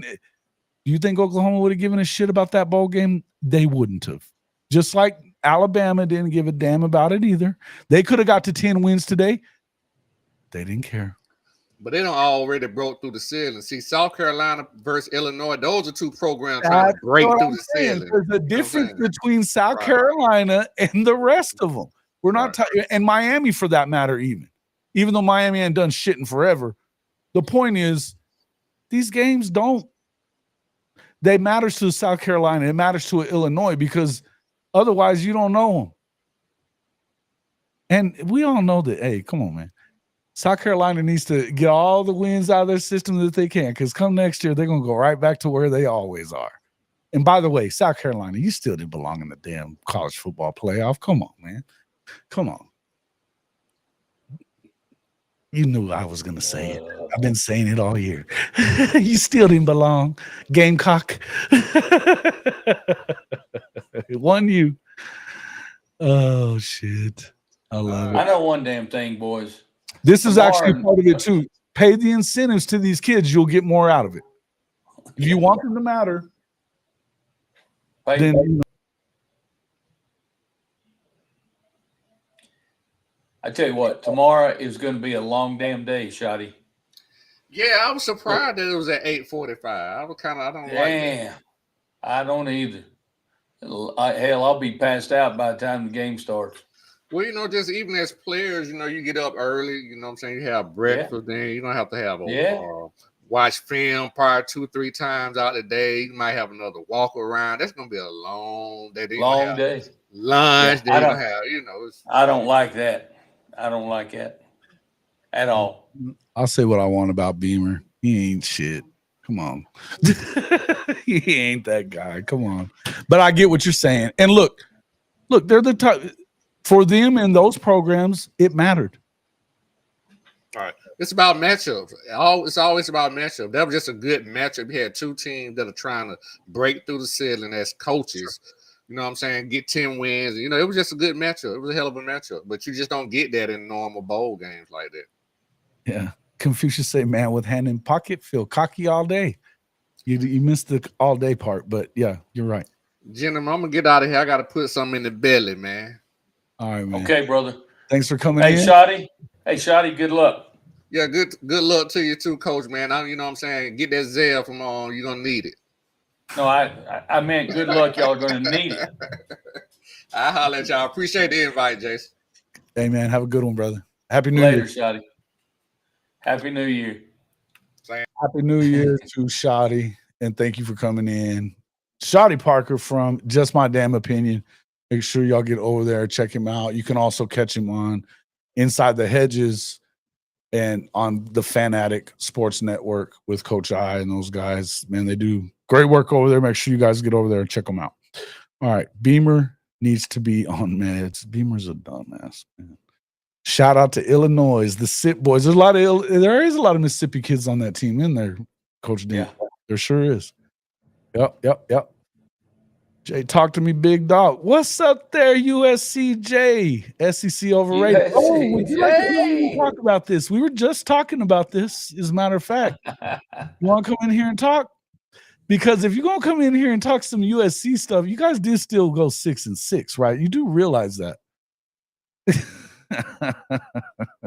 It's going to be better next year, though.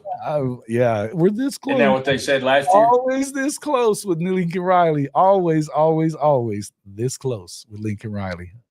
He ain't gonna come in here, but I'll send him a link anyway. Marcus, would you like to come in? I'll shoot you one too. Where's this? See.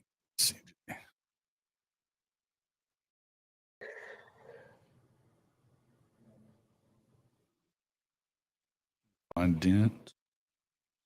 Hey, how many likes, dislikes? We gotten any better at all? Give me 1 second while I send this, and I'll tell you. Okay. Because it hadn't been good. I got to tell you.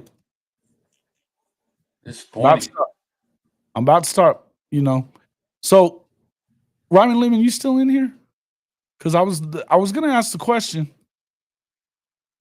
if how easy it is to go ahead and do one of those streams so we can stream during that game tomorrow. So we got 700 total views, 780 total views. We got 43 likes. That's not good, man. It's not even. Shit, it ain't Help even. us out, guys. You can't even hit 10%. That's a shame, Help man. us out. Help us out, guys. Please. Everybody go hit the like real quick. Doesn't take but a second. Or the dislike. Hell, it don't matter. It helps us. UGA is the SEC's last hope, not looking good for bragging rights. Now, I'm going to say, I would agree with you.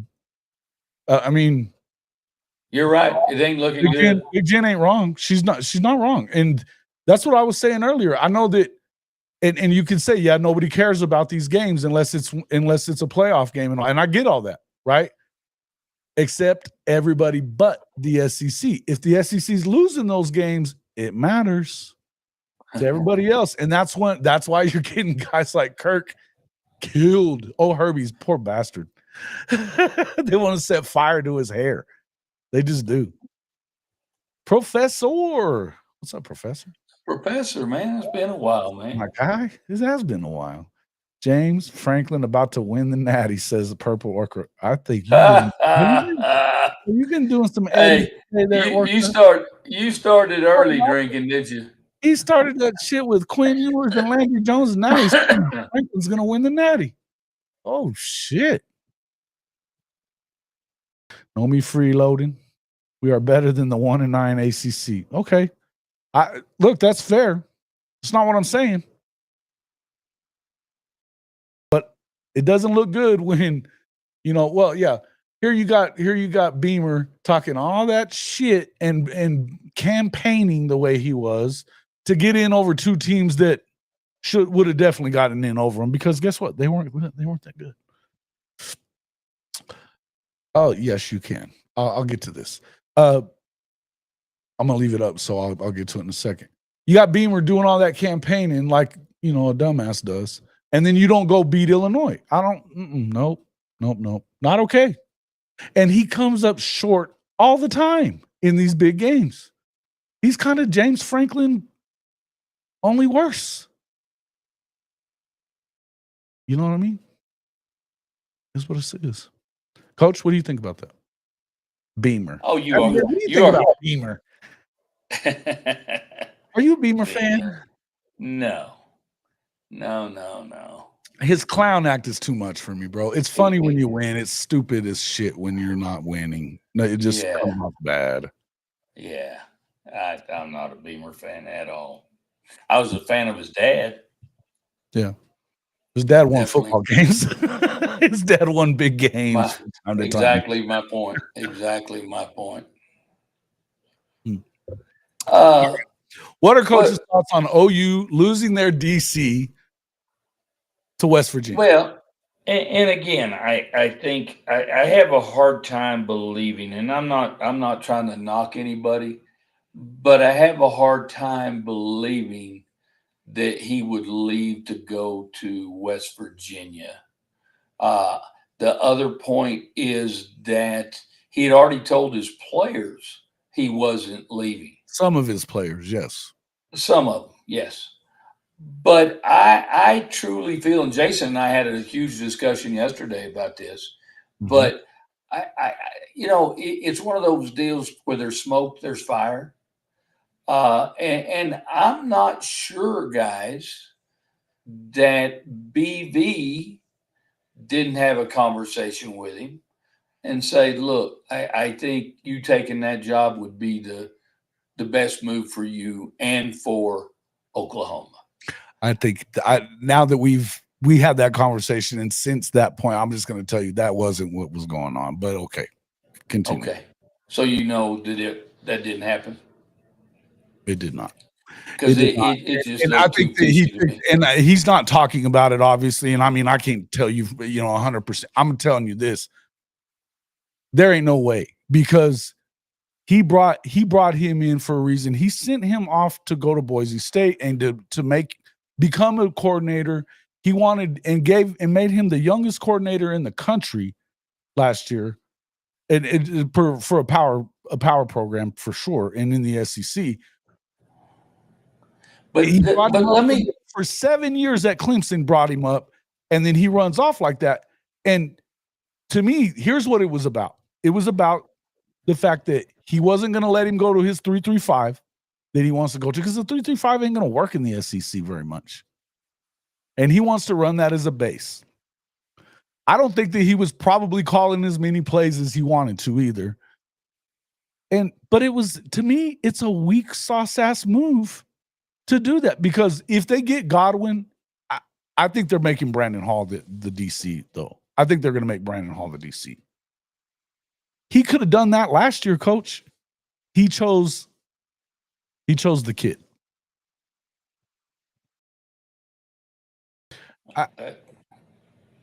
I'm just saying I got a problem with it for telling your kids that. And then now, if BV told him not to say anything to the kids once he made that choice, I can understand that, because he doesn't want them like poaching them, right? But I don't care. You told him that the day before and changed your mind the next day. I don't believe that Coach Venables changed his mind. I think he changed his mind. Boganowski said his wife saw him after the game outside the hotel, and he was trying to be incognito and on the phone, hat down, and having serious conversations. She kind of felt like she knew. And, and his conversation on the damn radio show too, it was Lincoln-esque. It really was, man. Saying one thing, doing another. I think it's chicken shit thing to do, man. No, I think if that's the way he truly handled it, and that's the way everything went down, I would agree with you. I think it's chicken shit. I just didn't. I hadn't seen him in that light before, so it led me to believe there was other things going on there. But hey, if the facts are the facts, there you have it. Long touchdown run by Penn State, ball game right there. That puts them up 17 now, doesn't it? I believe. Yeah. A big run. It was a big run. If DC comes here without the expectation, people will get shine in their ignorance. I feel like it was just dumb. It's just dumb. And look, to me, if you're Zach Alley, you look good. Even if you're not the one calling the plays, you can learn more from Brent as a defensive coordinator. And if you're running off because of stability, then that's bullshit. I mean, what kind of weak ass move is that? That's not helping you become a head coach. The people that are saying that it's going to help him be a head coach because he's actually calling, no, bro, no. Well, the stability deal is bullshit, because they're going to have to. If you're leaving for that reason, go to a good football program. And again, I'm sorry, I know I'll have people on my ass, but the honest to God truth is, go to a good football program and not West Virginia. Just a fact. And I know we have some great coach or buddies that are West Virginia guys, but at the end of the day, it is what it is, right? Jason can't hear you. There's no real shade. Sorry about that. There's not even really any shade towards West Virginia. Now, there's some fans that are getting on my last fucking nerve. But, I mean, they're almost doing the whole Tennessee thing, which is holy shit, man. I didn't think anybody could be that damn obnoxious. And they are, some of them. I even talked to Kuz about it. I told him I didn't think it was going to happen, but you never know. And it made me actually kind of wonder whether or not maybe if Venables is as safe as we think he is for now. Maybe, I don't know, but I don't think that that's the thing now. The point being is, it was a bad move. And you can't tell me it's a better move for your career to take a step backwards into the Big 12 when the SEC is the place and you have basically, whether or not you actually call the plays or not, you're getting credit for it because Venables is showing you calling the plays, saying that you are. And the Big 12 is worse, far worse. Of course it is. But the point, I'm not even killing on the Big 12. I'm just saying, defense-wise, if you're an elite SEC defense, then that helps you get a damn head coaching job a hell of a lot easier. Big coach Marcus did. And to your response, Professor, these guys want to call plays. You know what? Spit in one hand and shit in the other one and see which one fills up first. Okay? What you want and what you get are not always aligned the way you want them to be. So at the end of the day, that I don't want to hear that crap, Professor. Hell, if he wants to call plays, then I guess that's good to go to West Virginia. Call plays all you want to there in the Big 12. Because I'm going to tell you guys, and Jason puts a lot of sugar into this and love, but the Big 12 friggin' sucks. The Big 12 sucks. I put a lot of sugar into it, do I? What's up, Coach Dent? How you doing today? Coach Dent! Can you hear us, Marcus? Can you hear us? Marcus, can't hear you. Oh, shit, he's muted. What's up, Coach? Can you hear me? We ain't getting any. We're not hearing you, man.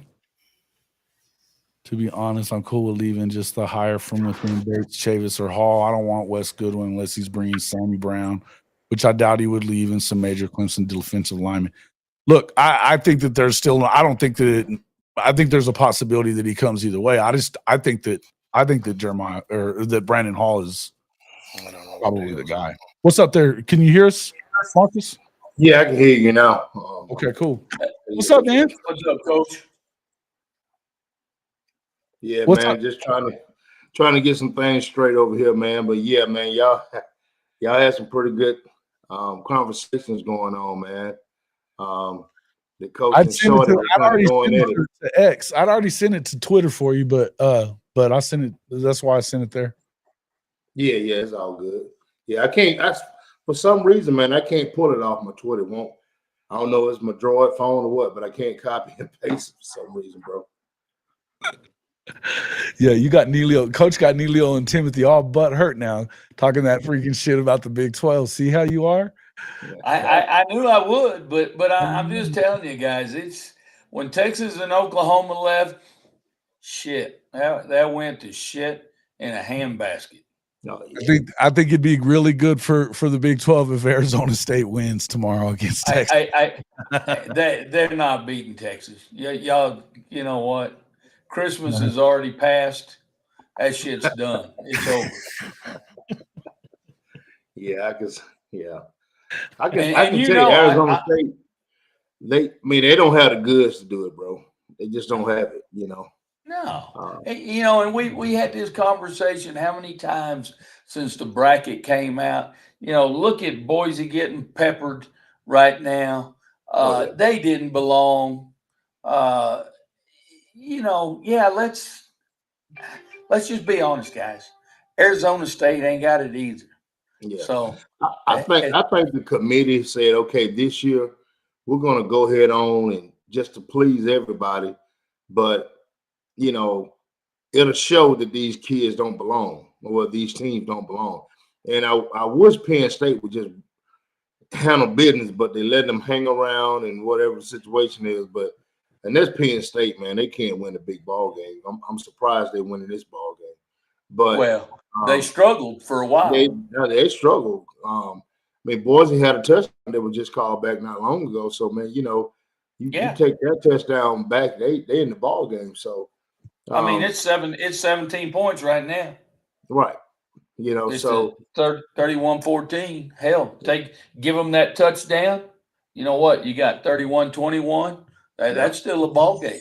Still a ball game, man. So like Penn State is gonna be Penn State. They do what they do. They're gonna win so many games. So Franklin keep his job, but getting to the natty, man, I don't think they have what it takes within the staff to get there. That's my opinion. I think they have everything else. You look at them in recruiting, they got really good recruits. But I think it's within the staff, man. They can't put together a good game plan when it comes to a big ball game. They always wet the bed. Yeah, you're right. And that's something they have been doing since James has gotten there. And it's going to be whoever wins our ball game playing Penn State. And I think we're both super excited about that opportunity because. Well, man, I think Notre Dame has probably one of the better chances they have had in a long time. They're not beat up like Georgia is. Georgia's beat up. They didn't have that. I know they didn't have rest and all that, but they're beat up. You go I tell you what, overtime against Georgia Tech. Then we played. Man. You see what I'm saying? He didn't want to bring that up. No. You had to go. You had to go 8 times against Georgia Tech to beat them. And we throttled Georgia Tech.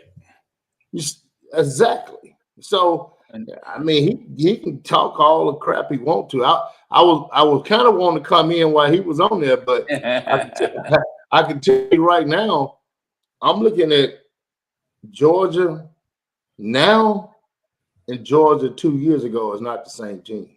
No, they're not. And because right. Because of the portal and because of everything else. I did a show a few days ago on the evolution of college football. And the things that Georgia and Alabama did to stack these 4-star guys, they can't do it anymore. The program, the elite facilities. Kids don't give a shit about the facilities no more. They care about the check. You see what I'm saying? So that's the thing that's going to keep people like Oregon in the business. They got the check. Georgia, they're a big powerhouse, and so is Bama. But you got other schools got just as much money as y'all ass got. Well, and that's why, Coach, Notre Dame is becoming relevant again. Is because of exactly what you're talking about. They got the money. Because we do have the money. Goddamn right. And the better part about it, all that is, guys, you don't see how much money go to our players because we don't have to show it like everybody else does. You know what, guys? In a nice way, fuck y'all. We don't give a shit. Hey, I'm gonna say this, man. And I gotta talk about this because it's a kid that has played for me, and I seen money become an issue, and that was Deuce Knight. His first 7-on-7 game he ever played in was with me, and a great kid, man. I'm talking about good kid, know the dad real well, know the mom real well, but I think Auburn put so much pressure on them, and the bankroll was tight. And I think Notre Dame said, you know what? Go ahead on. We're not going to invest that much money in a freshman. I don't know if they would invest that much money in a transfer guy. But soon as he signed on that dotted line, what has Auburn did? They have went and got 2 more quarterbacks. Yep. since then. Absolutely. Since then. And I know kids are complaining about, hey, look, I'm not getting all my money. I know kids over there not getting all their money. So, you know, it had to be the money. And don't get me wrong, Auburn is a lot closer from where they live. It's probably a couple hours. But you got to look at the program. I'm not going to sign with a program that I feel like my coach is going to be gone next year.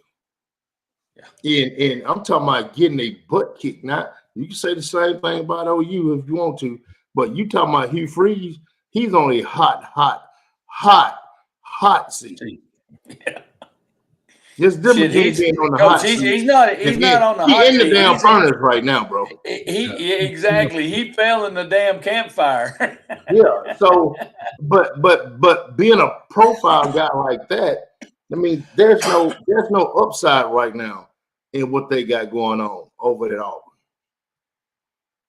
There's no upside. Now you can, like I say, let's do this, and I'm gonna be fair about it. You take OU and you take Auburn. We beat Auburn, but we had six summer guns out for that game. Mm-hmm. They didn't have nobody out. They were full throttle and got their ass whooped. Mm-hmm. Yep. So that's the difference. You know, that's a big difference. Now, if we had been full throttle and we lost the games that we lost, BV probably wouldn't be here right now. I'm just being honest. He wouldn't be. No, not probably. He would be. No, he wouldn't. Right. So what I'm saying is, for you to stay committed to OU, I mean, committed to Notre Dame all this time, then at the end you flip to a team that's in disarray on the offense side of the ball and the defense side of the ball.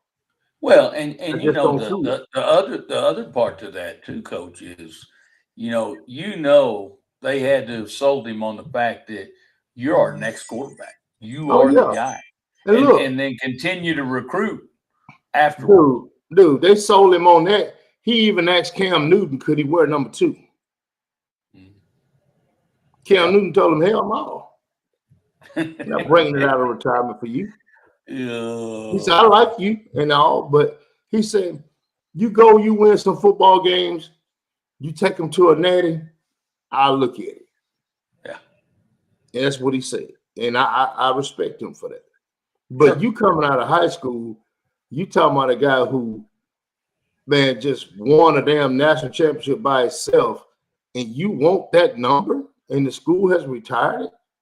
Come on, that's a little bit.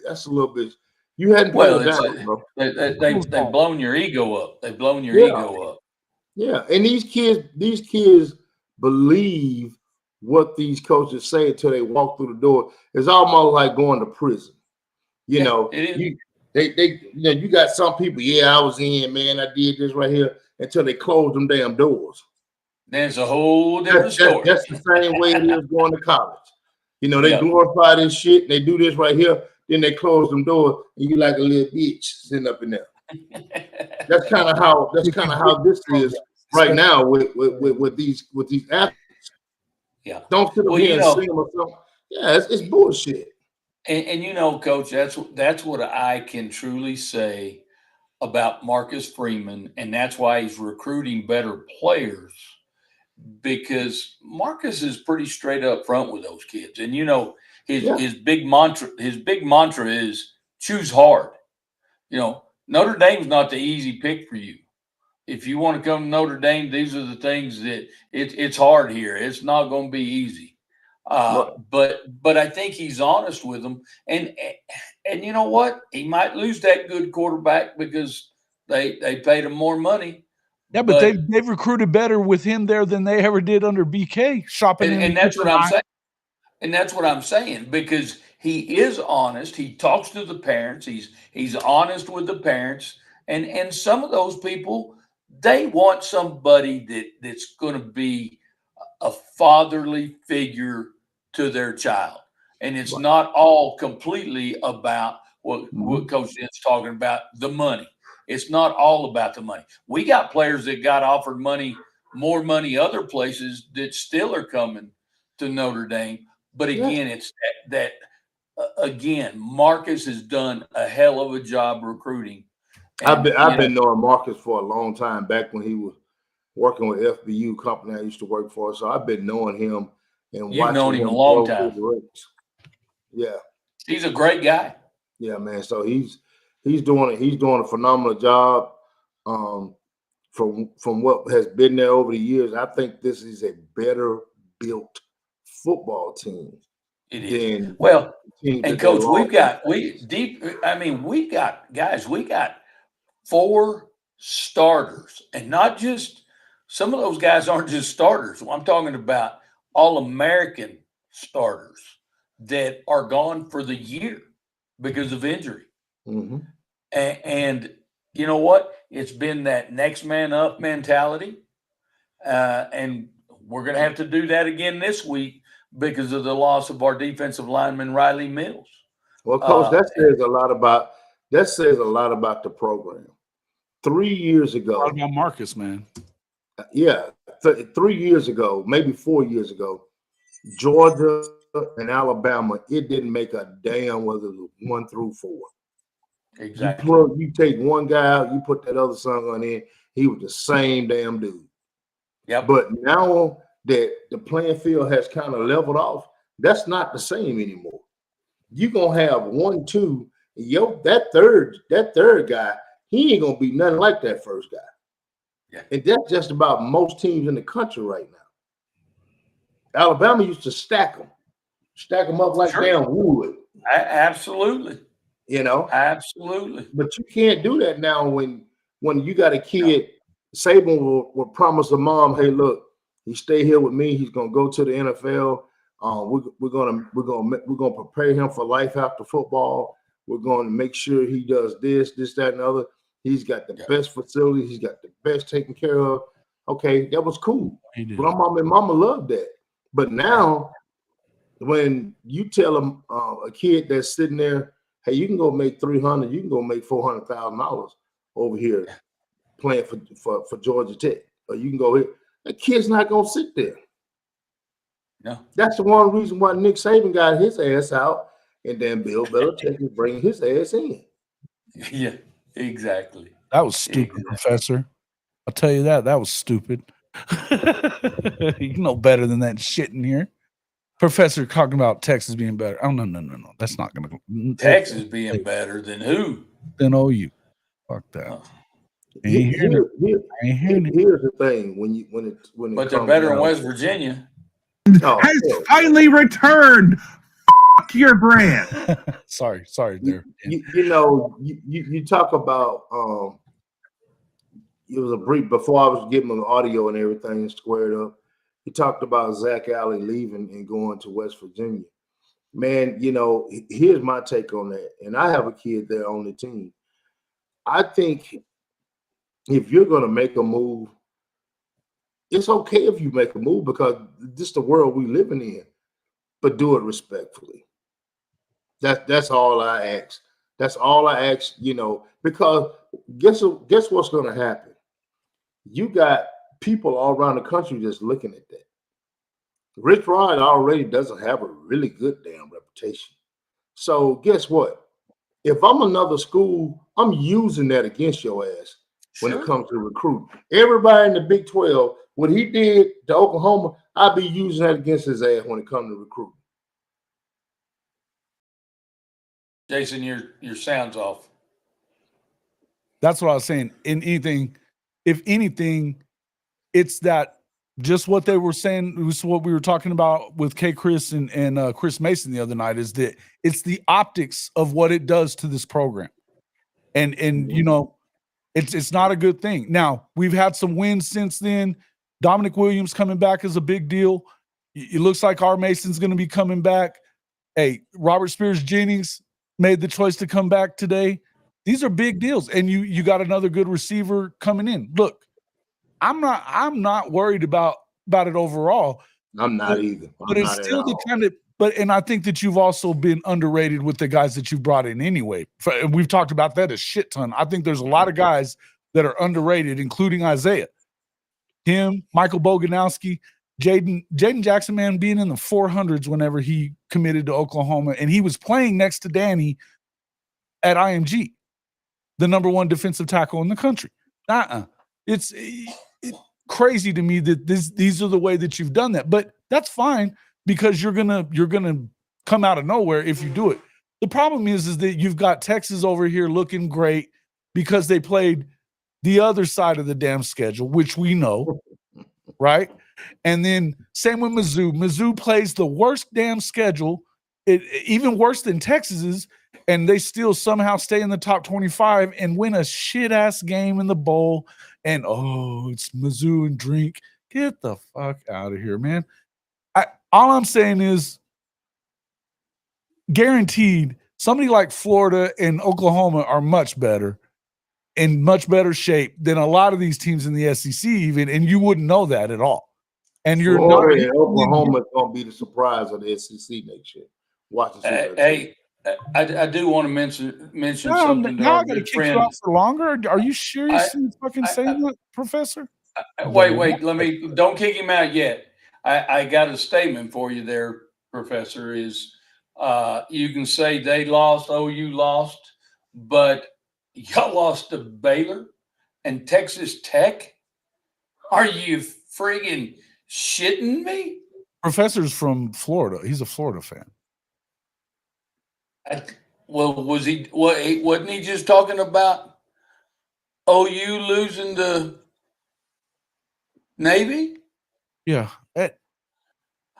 So he's a Florida guy? Yeah. So that makes him a lot better there. I'm sure. But they were losing their games too this year, and Lagway saved the day. Yeah, big whoopty shit. And when y'all actually win the shit, do something other than what you did this year, I'll believe in Florida again too. I think Florida's a better football team than people give them credit for, guaranteed. And you didn't lose to Baylor. No, but you got my bad. But you still didn't have a great season either. You had a better season than it looked like you were gonna have. But again, look, I haven't been bad-mouthing Florida. You realize that Oklahoma was in all those games with all those damn injuries to their receivers and to the offensive line, and they played 8 different offensive lines, and the only game that they really weren't in was Texas, and they were for a while. You got to have an offense. You know that. Definitely. And you're talking that shit. They did lose.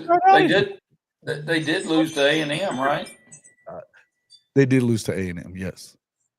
Not a great loss, especially at home. A home loss to A&M in the swamp. Yeah. Swamp ass. That's not good. That's not good. But I'm gonna say this: did play the hardest schedule ever in college football. I think one of them, anyway. No, we did. We had to be in the top 5. Florida did too, though. Yeah, Florida. Yeah, they did. Florida, Oklahoma. I give them that. Yeah, Florida, Oklahoma had a way tougher schedule than a freaking Texas or Ole Miss.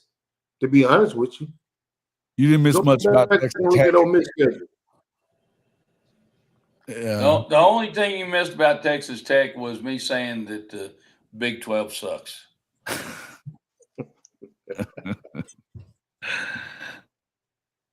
Guys, I think I'm gonna call your team trash. Cause that's what they are, trash. I think I'm gonna call it a night. All right, Coach. I gotta go take a nap before riled up, getting over there. We're gonna try to do a live stream. I get them all riled up for you there, Jason. All you Big 12 people. We're about to get Jason's the one that told me to say that, guys. No, he wasn't. Wow. Oh. Okay, guys. All right, bro. Y'all have a good one. Happy New Year. Appreciate you. Happy New Year, Coach. Love you, man. We'll talk at you we'll talk to you tomorrow, man. Okay, sounds good. Later. Hit those likes. Hit them likes. Coach Roy Ball, love him as always. Happy New Year. As always, 31-14 final score for Penn State. They win a game that matters. but it was against a team that didn't belong. It wasn't just that Boise was in it. It was that they got the damn bye is what pisses me off. Yeah. That wasn't. That's. They're gonna have to fix. I don't mind the automatic bid, but the automatic buy is what I don't care about that. I think they shouldn't get automatic buy with their. That's the whole problem. I agree with you, and I think that that's the biggest thing, Marcus. That if you're going to make some changes, and look, I don't mind that you're going to put certain guys in, and you know, whatever, man. If you win your conference championship, you think one of those G5 teams is going to get in, I'm okay with that for the most part. I'm okay with that for the most part. They do it in basketball. The SMU getting in when they didn't have a signature win. They got a couple of signature losses, and one of them was to a Clemson team that got boat raced by Louisville at home. I just don't. I don't see the common sense. I don't see the common sense in what they do. That's just me. I don't see the common sense. And the automatic seeding is the shitty part. It's not getting a team in. Right. It's the auto seeds that I don't like, because there's no way Boise State was one of the best 4 conference champions even. Yep. We know better than that shit. You're right. You're absolutely right. But they put them in there. Mm-hmm. Put them in there. I mean, it's then you had Professor coming in here talking some shit tonight, huh? What are you talking about now? Well, he's got all the Oklahoma fans all riled up, so he's in there talking about all the losses. And come on, man, y'all! I'll just say this one more time. I said this yesterday on the morning show. Enjoy your shit talking now. Yeah. 2025 is here, homeboy. It's right around the corner. So I don't even want to talk about 2024. That shit's gone. It's dead. Thank God. Put it out of his misery. Shit, man. I mean, you look at what we have coming out the portal. I think we did what we need to do when we started getting significant pieces. I talked about this, man. I'm talking about 4 or 5 months ago with Dave Johnson from Rebels 24/7. Mm-hmm. I said the portal is going to get where there's not going to be as many high-power guys in that portal like it was the first year or two, because everybody got a general manager now. Now they're trying to lock the kids up. They're trying to work on their contracts now before the bowl game, and they're trying to lock them up. That's why you don't see a lot of P4 guys, high-power P4 guys in the portal. You just don't see it like you did. Mm. So Ole Miss can't run out there and get a damn Walter Nolan. That shit is dead. They won't get another. You won't have guys like that coming through all the time. The guys are going to try to lock up. You take our receivers that left here. One went to Duke. One went to was Eastern Carolina. Yeah. One went to Maryland. You had one go to damn LSU. Mm-hmm. Which, whatever it is. Did those guys upgrade themselves? Hell no. And you don't know if Nick gonna stay healthy, or you don't know what LSU got sitting on the bench or coming in. Hey, well, I know they don't know what the hell he's gonna get down in the swamp somewhere. They got a receiver factory down there. I've been saying. Yeah, they got a receiver factory down there. So did you make the right decision by going to a place that's fucking loaded? Good question. It's a good question. I mean, that's you. Look, that was a stupid ass move if you ask me. Yeah, I think he went because of the damn colors of his fraternity or some shit, man. I don't know, but I don't think better way goes from a top 100 receiver coming out of high school to ECU. Yeah, great move. So I mean, if you look at those guys, you look at those 3 or 4 guys. Do you think they made more money by going there than they did when they was making it at OU? Fuck no. Because them schools don't have that kind of money to pay them. Yeah. So no hate on Rook. I'm not hating on Rook. I think, and I'll be honest with you, I think all these guys were told to get into the portal. I'm just going to tell you. Yeah, man. I'm not hating on Jaleel, man. Not hating on him at all. I got love for Rhule. Yeah, I'm glad he got a chance to go home, man. It's cool. But is that program OU? No. Now he might go there and show out and make some money. sure. You know, I could see that. I could see him going there and really having and busting it wide open and having his chances of better chances of going to the NFL. I don't know. Maybe not. But I do know he's going to have to kill it. I mean, look, and I think Maryland hadn't really competed in the Big Ten yet. Nope.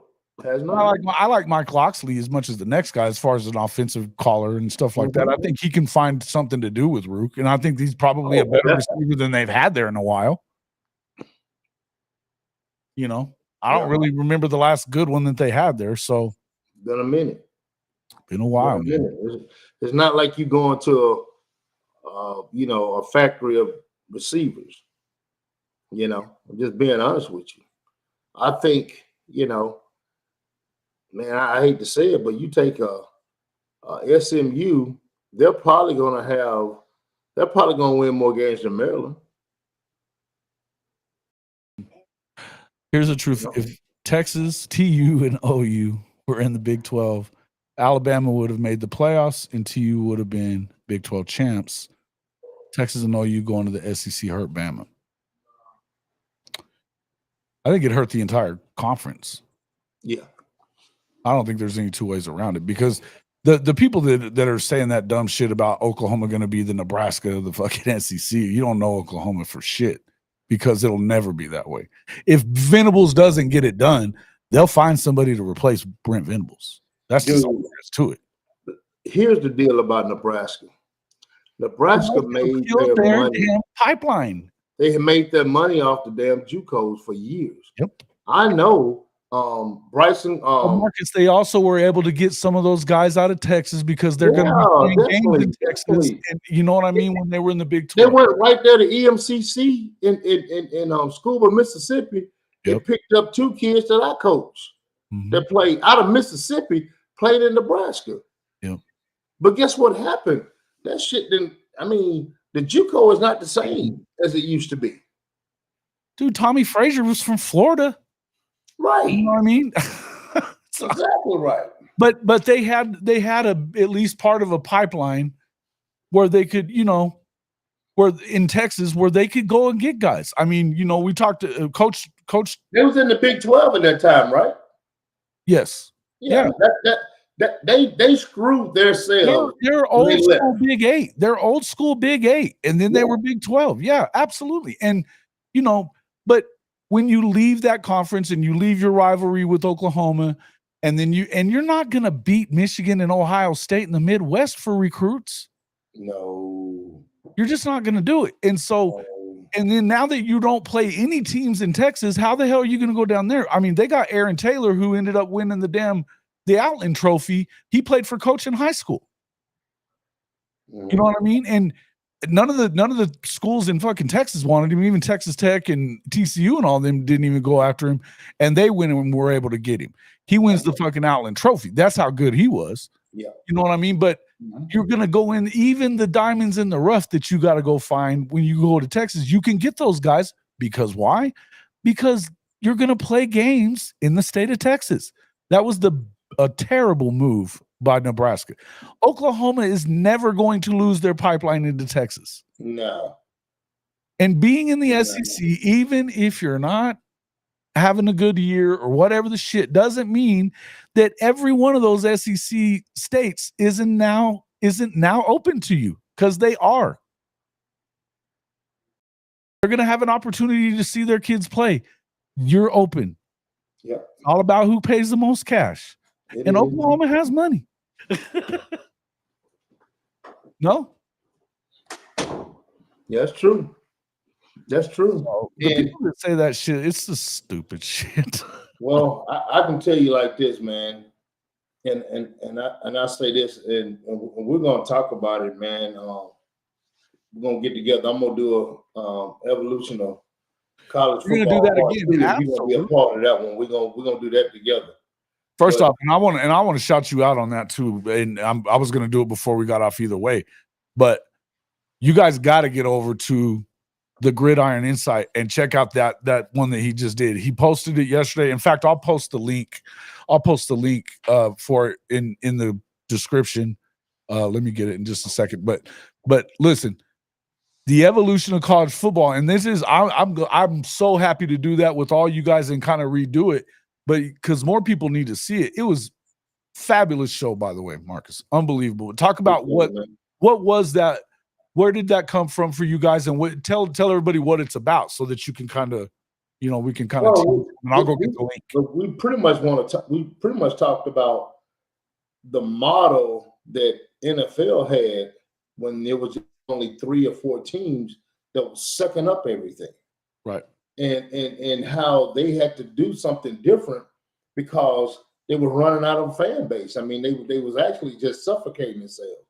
And right now, college football is at the same pinnacle that the NFL was at one point in time.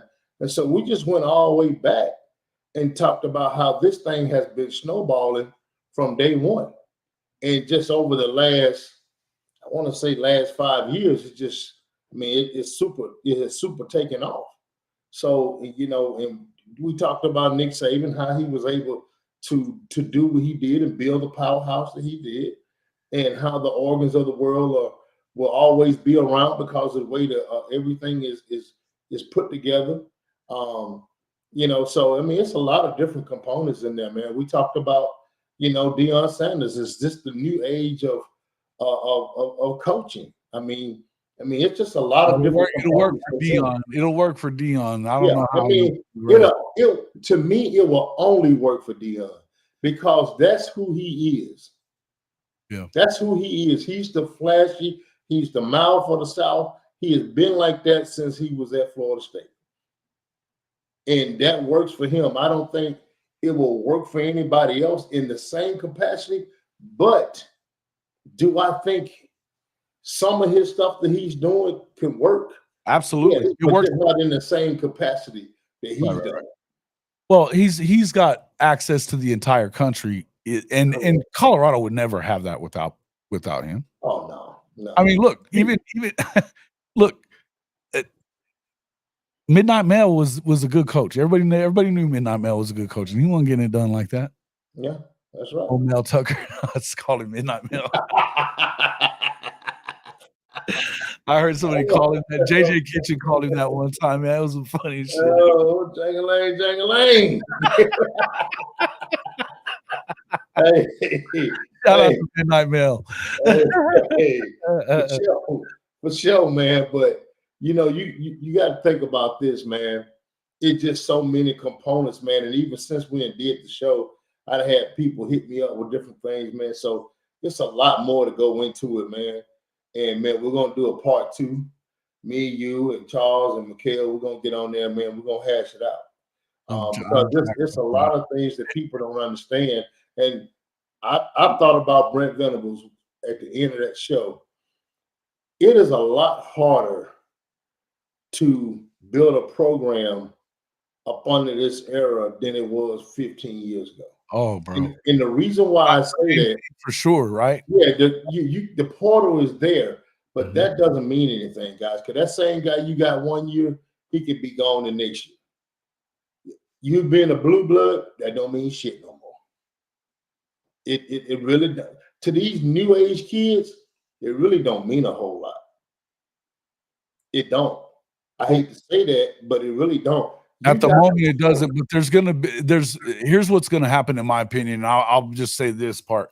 Right now, we haven't been doing the revenue share, and I think that this is where people miss the boat. Is that they don't realize that revenue share starts this season, 2025, where you're paying that $21 million, right? Mm-hmm. Now, the SEC and the Big Ten schools and your Notre Dames of the world can afford all that, plus to still go heavy in NIL, and that's never going to change. By the way, they've made it clear that the courts have made it clear that they're not going to. You cannot touch their ability to get NIL money. Period. So that just means that as of right now, everybody's talking about parity, and I brought this up a little bit earlier, and then we didn't get back to it, but They're talking about this parity right now.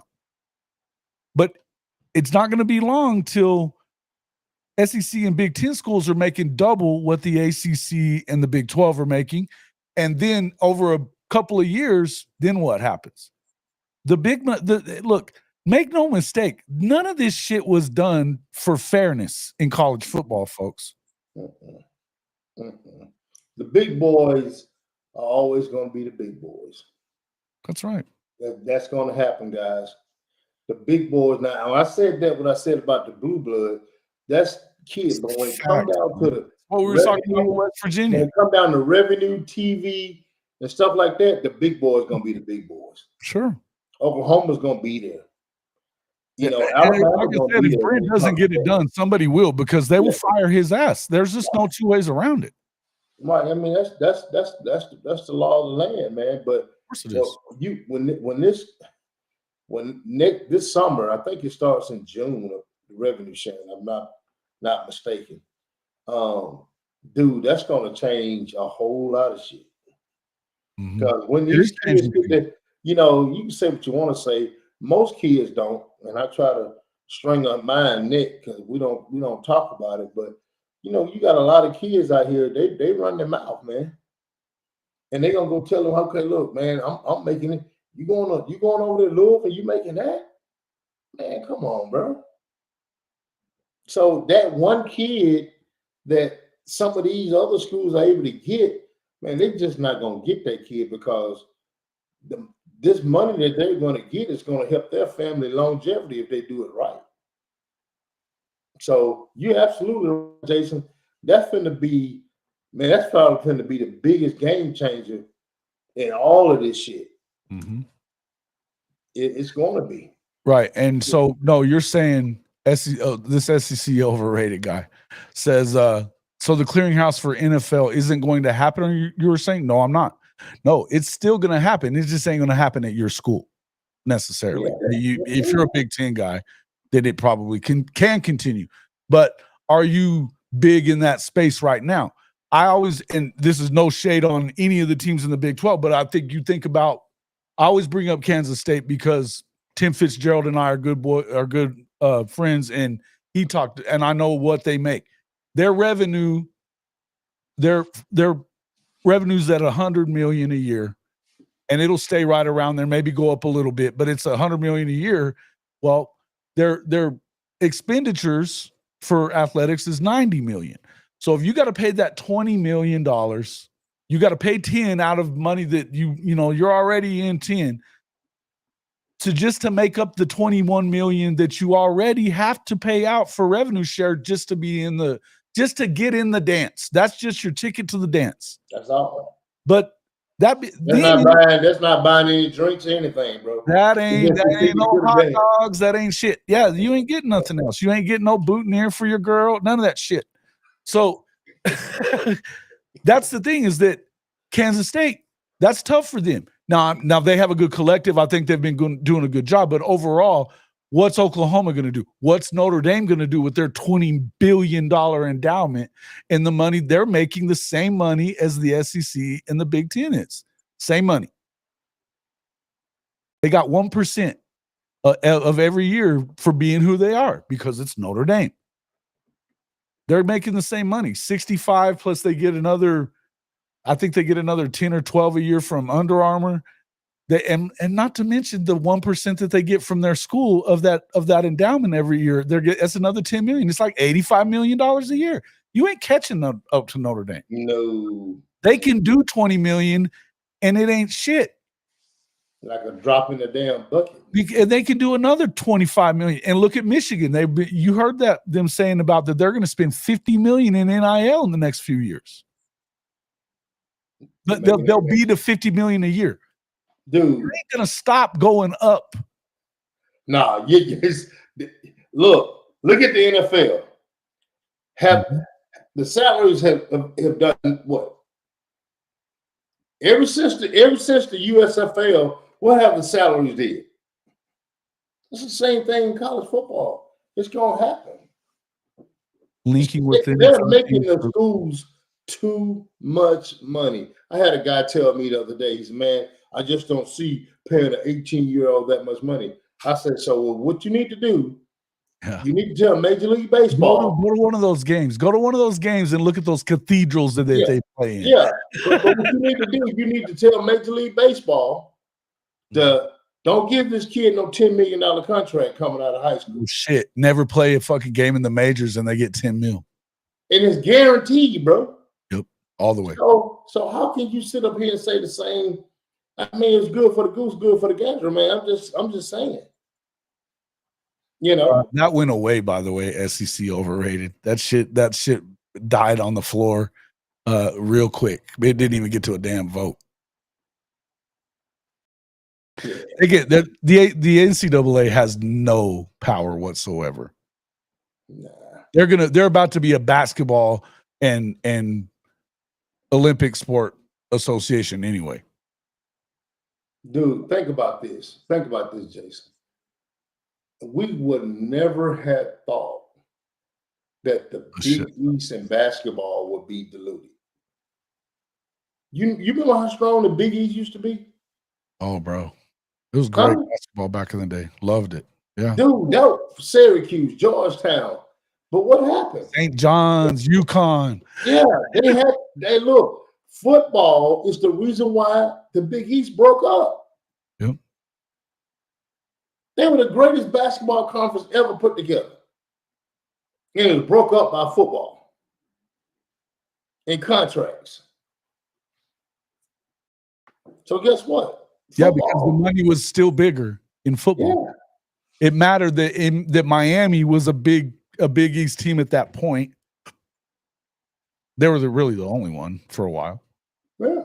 They just, but that made them more money. It made them more money. So, I mean, it's the same thing. You think about Florida State. Shit. The reason that Coach Bowden never wanted to go to the SEC all those years when they wanted him to, why the fuck should I do that? I go to the Orange Bowl every year. Damn right. He was smart. You know what I mean? I'm going to be honest with you. He was smart. Yeah. Seton Hall. Yeah. Yeah, dude. Hey, if you've never been to a game in Philly at the Palestra, you haven't watched college basketball, bro. Yeah. I mean, right now, Jason, it's going to be very interesting to see how some things unfold, I guess, within the next 4 or 5 months. I heard y'all talking about Texas and, will the quarterback stay or whatever. But I'm going to tell you right now, I don't think he stays because Manning's not going to sit on that bench another year. That's not going to happen, Jason. Either Manning is going to leave. Oh, he's I've heard talks. Well, somebody's already offered Quinn $6 million. I think it's Ohio State. But do you think it could be Alabama after what we saw today? It might be Alabama. It could be either or. It's got to be Ohio State, though, because they ain't got a guy coming back. Yeah, that's true. And, it's overrated. I'm going to tell you now, the $600 clearinghouse proposal don't mean it. That thing died on the cutting room floor. I'm telling you. There's absolutely, the NCAA has since said we can do nothing with NIL. Good luck. No, you can't stop a person right. That's why we can't do anything with the portal either. That shit ain't changing either. You know why? This is all their fault. And again, don't come at me and tell me about these players being greedy. I don't want to hear it. The greed they didn't make a single fucking rule that they're going by. Not one. About to say it. Not one. Here's the deal. And all that greed was going to the schools forever. They forget about there's basketball players that are 19. There's baseball players that are 19. There's freaking soccer players that are 18 and 19-year-olds that's playing and making more than these kids. Yeah. So get off the bullshit, man. Yeah, this shit ain't just started. Some of these kids was making this shit up under the table, and your ass didn't even know it. Yeah, but not enough of them were. Right, exactly. Not enough of them were. But it was cool. You've villainized these kids for all these years. They've been. I mean, look. We talk. Hey, look, and shout out to Marcus Dupree. There's still people in Oklahoma that still kind of villainize Marcus Dupree for what happened there. Even with Switzer saying he had a lot of fault in it, right? We talked about this off air, obviously. We've talked about this. But we villainized a lot of kids that went through a lot of this shit like that. Terrell Pryor. Yes. Ruined his damn career. Maurice Claret. Guys like that. These guys lost their career over taking fucking a little bit of money or whatever. Now, Johnny Football got away with the shit. Yep. But he very easily couldn't have. But you know what? Johnny Football got away with it because he watched the others get caught. Mm-hmm. And he had a game plan. Yeah, he was smarter than shit. Yeah, you know. He was signing footballs like some bitch. He knew what he was doing. Right. You know, he knew what he was doing. Reggie Bush. Yeah, look at they took Reggie's damn Heisman away from him over his parents getting a freaking rent house. They didn't buy him the house. It was a rent house. It's crazy. How do you erase one of the best seasons I've ever seen in college football? They need to give it back. Yeah, I think they have, but Rhett Bomar. Yeah, Rhett was kind of an ass. But you're right. Same thing. He was getting money for something he wasn't doing. No, it's and who was whose fault was all that shit too? Was it Rhett's? Was it Maurice Claret's? Was it Terrell Pryor's? Was it Reggie's fault? No, it was some asshole that wanted to make money off of those guys, and therefore they tried to buy them. True. That's true. I mean, and so you take the Tennessee Titans, which is just right up the road. Dude, they don't sell out like OU, like Alabama, like Tennessee, like Ohio State. Oh. And go look what they pay their roster. Think about it, bro. That's funny, yeah. I know. Think about it. You got guys in the NFL. I think what's the minimum salary right now? Like 700,000. Yeah, I think something like that. So you talking about 700,000? Think about it though. All those years, like remember the years that you could get a regular ass contract when you got drafted, and then all of a sudden, then they went to the rookie scale. So it all goes on where you're drafted. And somebody asked a minute ago about the sponsorships with the NFL teams. I'm just going to let you know they're not changing the NFL model. They actually want it to be parity. They love it the way it is. They love it the way it is. They want every team to have a chance every year. If you do everything, they want it. And that's what we talked about. We talked about that at the beginning. Football, folks, that's not what they want in college football. No. That's not happening. But it's going to be some changes, Jason. It's just that you got a lot of spoiled ass people who's not ready for that. Mm-hmm. I'm just being honest with you. They're not ready for that. But, listen. But let me ask you this here, Jason. This is what people got to understand. How many people wake up at 5 o'clock every morning, go do a damn workout, come back, got to go to class, got to go to study hall, got to go to weightlifting, then got to go to practice, got to go to field. I mean, from 5 o'clock in the morning to 5 or 6 o'clock in the evening, damn near all year round. Yeah. There's a lot of shit on these damn kids. Listen, look, and job, bro. You worked on the railroad for a lot of years, 30 years plus you were working in the railroad, working your ass off. We've all worked our asses off at certain things. So, but you get the idea. I think that it's not fair that people will say things like that too. That, so all of a sudden, just because of the fact that, because they're athletes and they get a lot of money, that they didn't earn it. Well, they do have to earn it. They have to earn it. Around, and they have to earn it even now. Look, why do you think all those guys were told to get in the portal? The 26, 27, however many it is now, and almost all of them were told to go. Yeah, almost all of them. Some of the walk-ons, they had to go because they didn't have roster space for them. But you're right, they were told to go. But Jason, think about this. What about and why is that though? It was because they can't afford it. They can't afford it. Jason, what about this? What about 90% of the people that's listening to you? What if they went to work and their boss said, you know what? We've been watching you for the last 6 months. Your performance, I just don't think you're doing as well as you should be doing. I'm gonna take $5 an hour from you. That don't happen a lot, but it happens in college football. It sure does. Again, I'm not gonna. These are the reasons that you're never gonna hear me bitching about what players are getting. I don't care. Get as much as you can. Get as much as you can. You talk about the portal. Hell, Zach Alley hit the damn portal. Sure did. Hell, he hit the damn portal. Sure should do. And head coaches do it all the time too. Lincoln Riley. Oh. Lincoln Riley threw the game against Oklahoma State so that he could go to fucking USC the next day. Because if he plays at that conference championship game and hell goes back to the playoff, he doesn't get to go and recruit for USC, and he doesn't get to take that damn job. Guaranteed. I promise you. I'll die on that hill all day long. It'll never be admitted to. The sumbitch threw the game. He called you. If you watch the last 5 minutes of that game, Caleb was running for his life because he called the same fucking play over and over and over, and they still almost won it because Caleb wasn't in on it. Right. But he threw the game. Right. Fuck Okie Light. I can see that.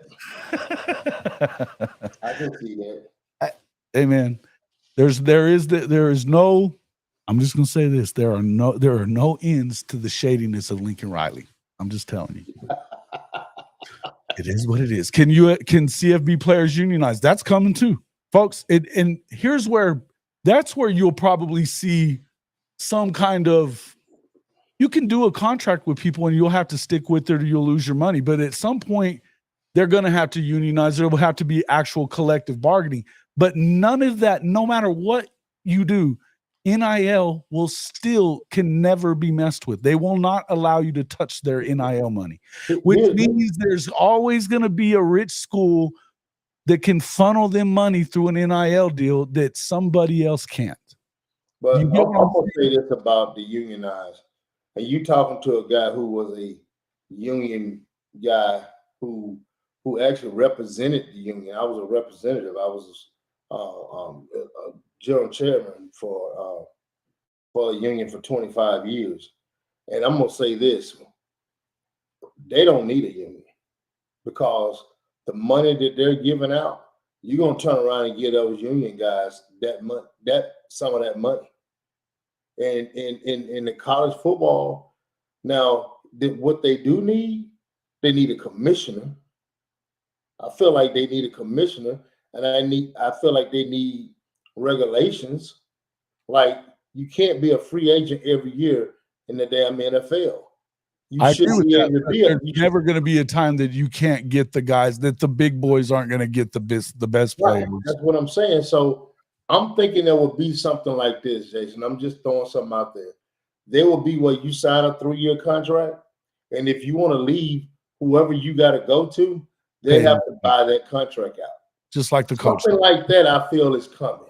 That's fair. But that won't have anything to do with the NIL because it'll be the rev share stuff. That'll be the rev share stuff. Right. It won't have nothing to do with it. But what I'm saying is it's going to be just like the coaches. Hey, you want this coach? He got to buy his ass out. Sure. And then you're gonna have some schools gonna think twice. I can't give this motherfucker $500,000. Then turn around and buy that out. Right. Now I'm down $1 million or $1.2 million. So I think something similar to that could easily happen. All the schools got to do is put that in the contract, and man, it's there. Sure.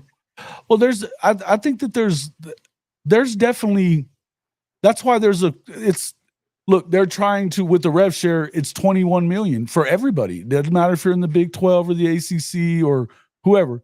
That's what you got to pay your players. If you're going to be in the running for the playoff in any way, shape, or form, you've got to put aside $20 million a year right now. That's what it is, which it ain't staying there, but that's where we're starting. 21 and a half, whatever they're saying it is. But that's your cap right now. But that doesn't cap a damn thing. It doesn't cap a damn thing to Alabama. It doesn't cap shit at Georgia. Doesn't cap nothing down at Ole Miss or Oklahoma or Texas A&M or Notre Dame or Ohio State or SC or Oregon. Get over that thought in your mind, folks, that it's never going to stop. Yeah. With Saban be a good commissioner, Coach K or Roy Williams. I don't know. I don't think, first off, I'm not sure that basketball's going anywhere from the NCAA is not just going to give up its cash cow. Not both of them. No. They could run that tournament. They've done that very well. Right. But in the end, football has the NCAA's long since worn out its usefulness with college football. Yes. Period. So I would just say that to me, would Saban be a good commissioner? I don't know. It's something I'll probably have to think about a little bit. I don't think that he's on board with the way things are, and he wants to control things like he wanted to control his football team, and I don't think it's going to happen. I wouldn't want Saban. Yeah, I think he knows everything about it, but I would have to have, and I hate to say this, I would have to have a little bit more liberal guy than Saban. I think it's going to be somebody like a Brett Yormark or Sankey, because they know how to make that money, man. Yeah, correct. I would say one of these guys that's already been working with the TV companies. That's why Tony Petitti got the job with the Big Ten, and it's why Brett Yormark took over in the Big 12, because the dude already ran NASCAR and then ran and had worked basically within some of the biggest. Oh yeah, I like that guy. Brett Yormark's a smart dude, man. He's kind of an ass for what he did with us. He turned NASCAR around, bro. He did, and he also, he was in charge of the Barclays Center and the Nets too. Yeah, I didn't know. Hey man, the guy he's a sports business guy, and he's an entertainment guy. He's doing hundreds of millions of dollars in contracts with some of the best entertainers in the world too at Barclays Center. The guy, he gets it. So that's why you're not going to see athletic directors running commissioners for the conferences or anything else anymore. That shit's over. Yeah. You know why? Because they fucked it up for too long. I'm telling you, man, this bunch of dumbasses didn't know what they were doing. And then the Big 12 especially. You want to be mad about the Big 12 and Texas and OU leaving? Be pissed off about the leadership in the Big 12. It wasn't just because of Texas. It wasn't just because of Texas. Go back and think about what happened in the Longhorn Network. Who allowed that shit to happen? That dickhead freaking. They made a lot of money. Don't get me started. Those suckers made a lot of money during that time. Yes, they did. Because he allowed that. He allowed that. That kind of. I could see Stoops Urban. They wouldn't touch him with a 10-foot pole, bro. Yeah, I don't like Urban. Well, Urban's going to be a little bit more either. I don't think that they want a commissioner that isn't a business dude, man. Yep. Yeah. They don't need a football guy. No, they don't. They do not need a football guy. Right. A lot of people think because they're going to think in the best interest of the school. They ain't giving a shit about the kids. I can tell you that right now. They're just trying to make those contracts get bigger so they live and live. And look at Brett Yormark was the smartest move the Big 12 could have made. It hadn't all gone to fruition yet, but he kept them alive. If it wasn't for him, the Pac-12 lives instead. They had the dumber of the two commissioners, and they lost. What do you think the future of the Pac-12 is? What do you think? Do you think they will ever be on the same boat as the Pac-12? Same platform as the Big 12? No. It's over. That thing's dead. All those teams are Big 10 teams now, or Big 12 in I mean, but they got what 8 teams now, right? And don't they have some teams coming? I don't know what's going to end up. You guys could tell me that. I haven't kept up with that as much. We need to get the Big 12 Mafia guys on. And matter of fact, that wouldn't probably be a bad idea if we're going to do a show about that. Get those Big 12 Mafia dudes. They got some Pac guys. They've got the dudes that were coming from Utah, BYU, some of them other places. They are very up to date on that, right? Yeah. And that's their thing is realignment. So we could definitely bring them on and talk to them about that. But I would tell you that, yeah, I know what you're talking about. All those teams couldn't be in the Pac-12 before because they weren't good enough. Talking San Diego State, whatever. Mm-hmm. And they ended up having to go even deeper than that. Like, I mean, we're talking Nevada and UNLV even said no to it. I think UNLV even said no to it. They would have died to be in the Pac a long time ago. San Diego State, I don't know if they're going to stick with it or not now. I think the Mountain West is already more powerful and maybe winning that thing. The only thing that's keeping the Pac alive at the moment is Washington State and Oregon State, but they're just waiting on the first thing smoking to a power conference. You think so? Hell yes. Okay. They want a seat at the table, man. They want a seat at the table. Well, they don't want to keep losing their John Mateers and they don't want to keep doing that shit, man. Yeah. They every year they losing, man. Every year. Yeah. They lost Sam Ward last year. They lost Mateer this year and Buckle. And their head coach. Shit, the whole damn squad left. Yeah. What did the OC go to? What did he go to? The OC is Buckle. Not Buckle. The DC the head coach. The head coach. Wake Forest. Wake Forest. That's right. Who would ever go to Wake Forest instead of a Washington State job? Even though Washington State isn't a power. But bro, I'm gonna be honest with you. Wake Forest is not they don't have them. They don't have any money. I mean, but they're in the ACC. If you're a coach and you're in the ACC, that sucks, by the way, you have an opportunity to play yourself into a playoff contention and get a better job. Nobody gives a shit about the guy. Wake Forest is not going. Bro, they're not going to be a playoff. You say that, but they've been in contention every year in the ACC for the last decade. Until NIL came along. Bullshit. They were in it last year. They were in contention. Well, they always beat somebody's ass they're not supposed to, and they'll be. They do that, but I'm talking about just being taken serious, Jason. I can't take them something serious, bro. Who, Wake? Oh yeah, they're weird. It's a weird. Yeah, I'm sorry, man. I can't take it. Hey, I wanted to bring up to you the ECU North Carolina State deal. What the fuck, man? I don't know. Did you see that big ass brawl that they ended up in at the end of the game? Oh yeah. I saw it online, but I didn't go back far enough to look. It got so they're starting to worry about it, and we talked about this already before. The rivalry week. Look at all the fucking fights that were happening that week. Is that the one where the referee got cut really bad? Mm-hmm. Yeah, and they're right down the damn road from each other. That's already a bit of a rivalry. ECU wins it and North Carolina State loses their shit. And they had just gotten into the same damn thing with Carolina before that. Remember? North Carolina State been scrapping like a motherfucker lately. Lately, yeah. They're just they got the all-fighting team in the ACC. Gee, they're trying to get the damn anyway. WBC championship right mm-hmm. Yeah, they're trying to hold on to the playoffs purse, but do you think they're going to keep on giving them that when they're not in a position to where they can ever make the playoff?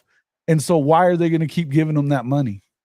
Mm. This first iteration of the playoff, these first couple of years, it's going to all change in 2026 again.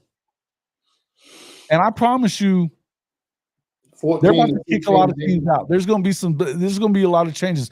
Folks, think about how much it's changed just in the last 3 years, guys. The last 3 years. Just think about how much it's changed. Jason. Now it's going to do that just as much in the next 3, at least. Go ahead.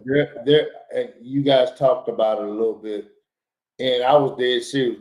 The only way these coaches have gotten spoiled, they want their transfer kids in January. Mhm. So that's why the portal date is like it is. But they're gonna have to move it forward, man, in order to get all this stuff. They got to move it forward, or it's got to stop happening about. Yeah, but the coach is going to want these kids to come in January. So the only thing that they can do is move it forward, and I'm cool with that. That's just more football for me. I'm just instead of a week 0.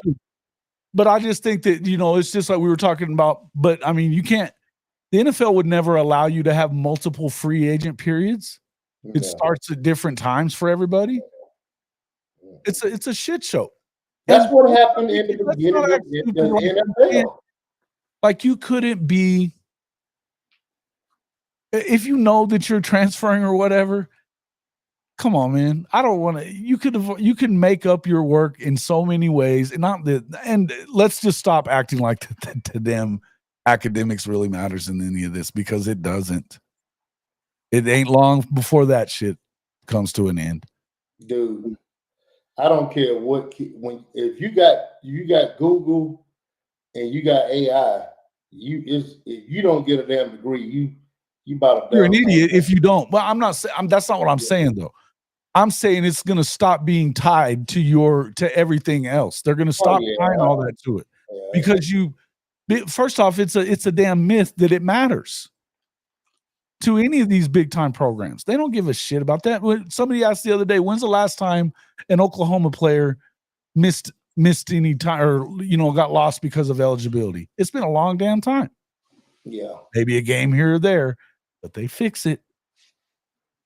I don't remember the last time I heard of somebody losing a fucking season to eligibility. Nah, not gonna happen. Your ass got to go to State Hall. They monitor your shit too much, man. I mean, anything happens, they know. If it happens, it's because the coaches want your ass out of there. That's correct. That's correct. They monitor. They know when your ass don't go to class. If you Happy New Year to everybody on the East Coast. Happy New Year to East Coasters right now. It's now midnight 2025. You're still on the Central Time Zone, right? We still got an hour. I'm on Central. Yeah. Anyway, my thing of it is with Jason is I'm talking about OU fans. I'm talking about Bama fans. I'm talking about some of the big boys, even Florida guys. Guys, y'all have to sit back and watch this thing unfold, because it's going to change. Just saying that, okay, this shit shouldn't happen at Oklahoma. This shit. Guess what? This is a new day and time. It's a new day and time. And in order for, I don't give a damn who they bring here, it's going to take time to get things right.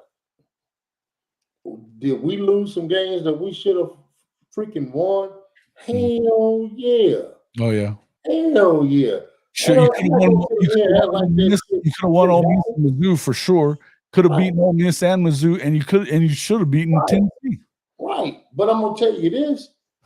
It's an unfortunate shit that happened. But guess what? We gotta lick our wounds, we gotta come back. But here's what I can say about Bama, and I'm gonna say this about OU. There's enough talent on those rosters. Oh yeah. It's not gonna be, well, they'll be 3 years before they be back. That's bullshit. Because I can tell you right down the road, right there at Ole Miss, guess what? They don't have the same damn roster that they had last year. Mm-hmm. You know why? They didn't get those kids out the portal that they got last year, because they ain't fucking there. Yeah. I'm being honest with you. I know. What they did last year is that shit just not going to happen, getting that kind of class out of the portal. Now, they had a better high school recruiting class this year because of the more you win, the more you can do that. Yeah. Right.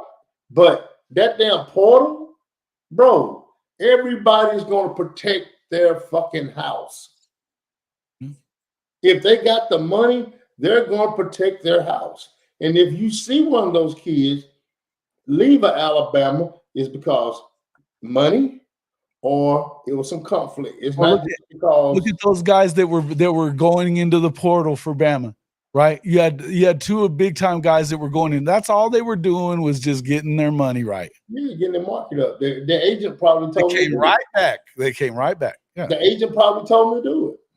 Sure. But see, that's another thing people don't take into play. Think about it. Brennan Thompson went. I heard it was over like 15 grand. Brennan Thompson left. Dude, Here's the deal. I've ever heard of. Here's the deal. I don't think it was all about the money. I don't know what that was about. I'm just saying. Yeah.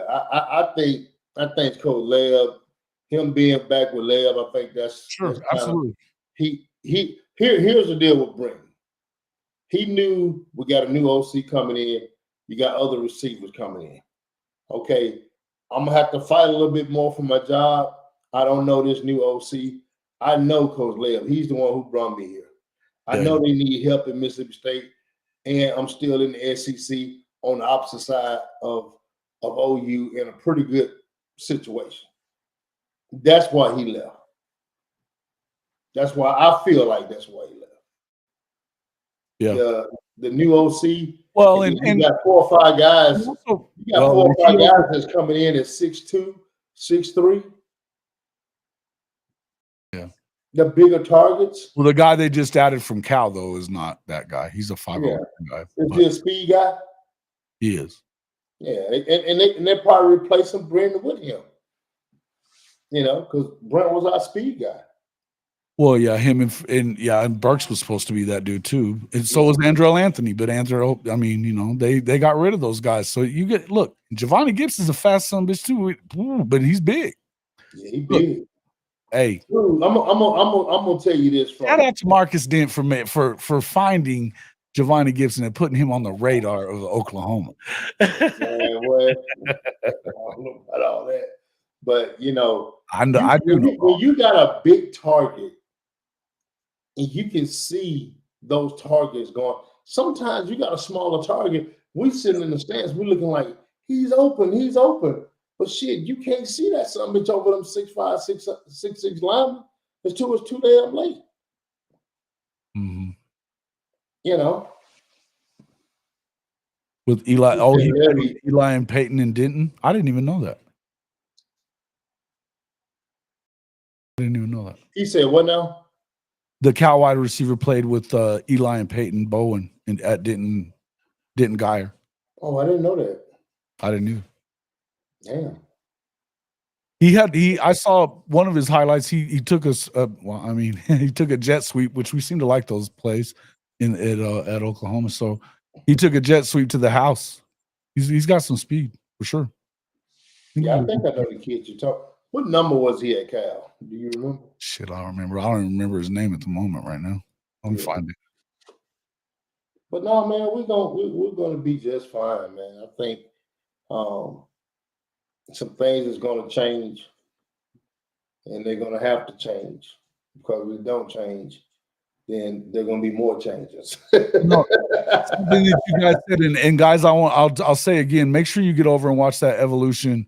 You know, they did it was an hour show, and listen, I don't always watch the entire show. I couldn't stop watching that, and I wanted more by the time it was over with. That's why I told him we got to do another one because there's more to talk about. But I'm going to tell you, all the doom and gloomers, all you guys that you know, there's that dumbass one guy, Boomer 129 or whatever his name is, whatever, and then like Kim, and I love Kim Hurst, man, but he's been kicking and screaming about the way things are in college football. It's always the end of the world, but it's always been the end of the world for every change throughout the history of college football. They've been projecting the downfall of college football. You know what? It's too big to fail. Dude, they'll never let it fail. Never. What do you like about college football? Everything. What was one of your main things that you like about college football? Well, I mean, you put it like this: you can have a screwed up day at work, could you not? Oh, I love. I'm just saying, and you know, a big game is coming on. From the day that I started watching Jamel Holloway and the guys in '85, I've been hooked on it. Okay, That's true. And I give you that. But just think about that guy at work. Boston pissed him off. He mad at the damn world. But guess what? His favorite team is coming on his. He go by the store. He get him a damn 6-pack. He sit down at that damn couch and he forget all about that bullshit that happened at work. College football does that. It brings people together. It makes you. It also makes a shit ton of money. It also makes a shit ton of money. It's too big to fail.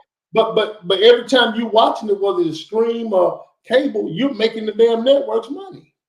Mm-hmm. Sure, no doubt. No, and that's what I'm saying. Like, look, guys, here's the thing, though. Don't get it twisted. It's not as big as the NFL because nothing is. But believe me, the money is significant. It really is. And I'll just say this: football is. I like football. I've been angry at the NFL for a while over Otis Taylor. I told you about that before, but I love college football, and but I've always been anti-NCAA because I'm pro athletes. I want the athletes to get paid. As a reporter for as long as I was a reporter, watching these kids that were struggling to, they're having to like figure it out on eating and shit like that, and they got a scholarship. I was one of them. I know, man. My wife won 2 national titles. Yeah, she was one of them. Right, wins 2 national championships at Tennessee and didn't make a damn dollar. Hey, dude, we went online the other day, and it's one of her. That's absolutely. Here's your answer right here. Her the rivalries and traditions is what makes college football the best. You're right. Yeah, absolutely. Yeah, it does. She went online, and a lady bought a basketball card of hers that she paid. This been just a few weeks ago. Mm-hmm. I say a few months ago, and I forgot what she paid for it. It was over $100. My wife 49 years old. Guess what? She just bought that card a couple weeks ago, bro. Mm-hmm. So who making that money? They hadn't sent her a check, right? But you still can go online and buy a poster with what she done signed and all her teammates done signed in the University of Tennessee, getting that money. Absolutely. So they're not splitting any of that money. So that's what I'm saying. All that jersey money, all that other shit that you should never get to go to these players. They've been screwing them for a long time. I don't want to hear about greedy players. You come in here with that shit, you're going to get me telling you you're a moron because I'm just going to say they didn't make any of the rules. They didn't make any of the rules. The Cinderella story that's on HBO. But the money is always going up. So why would anybody think it's coming to an end? Not. Salaries go up. They don't come down. It's been an explosion in college football revenue for 30 years? Dude, it was an explosion this year. Oh, I know, but it's definitely the last decade plus. It's been an ultra explosion. That's why they keep adding to the playoff because they just keep making more damn money. Dudes taking previous money. Can they for their back pay, man? I don't know. They already did. Yeah, that's what the House versus NCAA thing is. Mm-hmm. That's why they had to do the rev share. It was some amount of billion. It's like 10 billion, but they're going to pay it off over a small amount of time. Look, you're never really going to get what you should have gotten. Nope. Here's the thing, though. How many of those guys weren't? I mean, we know that the best players were getting paid. Let me ask you this: you played with Steve McNair. Did he get paid? He drove a brand new out. Everybody know where he come from. Mm-hmm. Lived in a shotgun house, but he drove a brand new out. Mm-hmm. Yeah, I mean, I think about Derrick Henry getting that freaking. I'm not saying he got paid. I'm just saying he drove a brand new out. Come on. Yeah. I mean, look. You think Boz just had the cash to go get that badass white Corvette that he had? Yeah. Same thing with like Eric Dickerson and those. I mean, the SMU dudes didn't give a fuck. They just did what they just. Well, everybody on the team had the 280Z, the gold 280Z. Everybody on the team at SMU. Yeah, that was the shit. Flaunted that shit. Flaunted the shit out of that. The 280Z was the shit nigga back in the 80s, though, bro. 280 and that 240. Yeah, bro. Yeah, bro. That was huge. It went from Datsun it went from Datsun to Nissan 240 SX. Yeah. I remember, bro. Yeah, but man. I remember that they were talking about Darrell Royal, that Eric Dickerson told him, hey, you got to come up by double that to get where I'm at, coach, if you want me. Darrell Royal was pissed. He told Darrell Royal to fucking jump in a lake at Texas. It's a Texas kid. SMU, they had to give them the death penalty because they were about to own college football, bro. But dude, I'm gonna say this when it comes to SMU, and I know they wasn't worth a shit. They shouldn't have been in the. Oh no, it ain't the same. They don't need their money from the ACC. I'll tell you that much. They don't need that money. That's what I was just finna say. You took the word out of my mouth. Oh, I'm sorry, man. I hated it. They got money. They got money. Oh, they got money. It's oil. It's all oil. Yeah. Them oil executives, they're richer than shit. They're 6 foot up a bull's ass. Man, I ain't heard that in a long time. Richer than 6 foot up a bull's ass. Yeah, man. But and they didn't give a damn either. Man, they just kept on like, yeah, you're gonna suspend us, or we're gonna get a bowl ban. We don't give a fuck. We're gonna go win all these games anyway. Who was that? Damian Craig? When Damian Craig in the backfield with him? Craig, what's his name? He's an asshole too. He's a TV guy now, but Craig James. Craig James. That's who I'm talking about. Yeah. Yeah. His son played at Texas Tech. That's the one the Pirates. He's the one that got. Well, and I'll tell you, but that was people put that off on Craig James's son, and it kind of was, but it was just as much about Leach being a dumbass, and he was too big for his britches at that point. Yeah, I think it was. I think that was kind of on both sides of the fence on that one. Yeah, he started that. And I love Coach Leach, man. I'll always have nothing but love for Coach Leach, but he was at a point where he was kind of. Well, I just remember a day that I was in. I'll tell this story and then we'll get out of here. I was covering Tech, of course. Bobby Knight's there at this time, and I'm in Gerald's office. Gerald. Why am I forgetting his name all of a sudden? But the athletic director, former head basketball coach, and Knight and Leach fucking hated each other immediately, right? And Gerald Myers. I go in to go talk to him. I was going in to talk to Gerald. Coach Knight's in there, and as I walk in, I'm coming in to sit and talk, and the secretary buzzes Gerald and says, "Coach Leach's on the phone." And he hits the speaker button and he goes, "Hey, Gerald, who runs this fucking operation? You or Bob Knight?" Knight standing right there. and he turns red as his fucking sweater. And Gerald Myers is fumbling for that button on his desk to shut it up because he knows it's going to get worse. And it got way worse. I'm crying, trying not to laugh because I didn't want to get kicked out of there. But next thing I know, just imagine, man, losing his shit. But it was wild. But he literally, he hadn't done a damn thing compared to Bobby Knight. Right. He wasn't in Bobby Knight's league. No. He didn't give a fuck. He didn't give a fuck. Nah. That's when you knew that it wasn't going to last a whole lot longer. Right. I sit in Coach Leach's office. Doing Isaiah's recruitment. Happy New Year, Neilio. Thank you, man. Appreciate you. And he was a very smart person.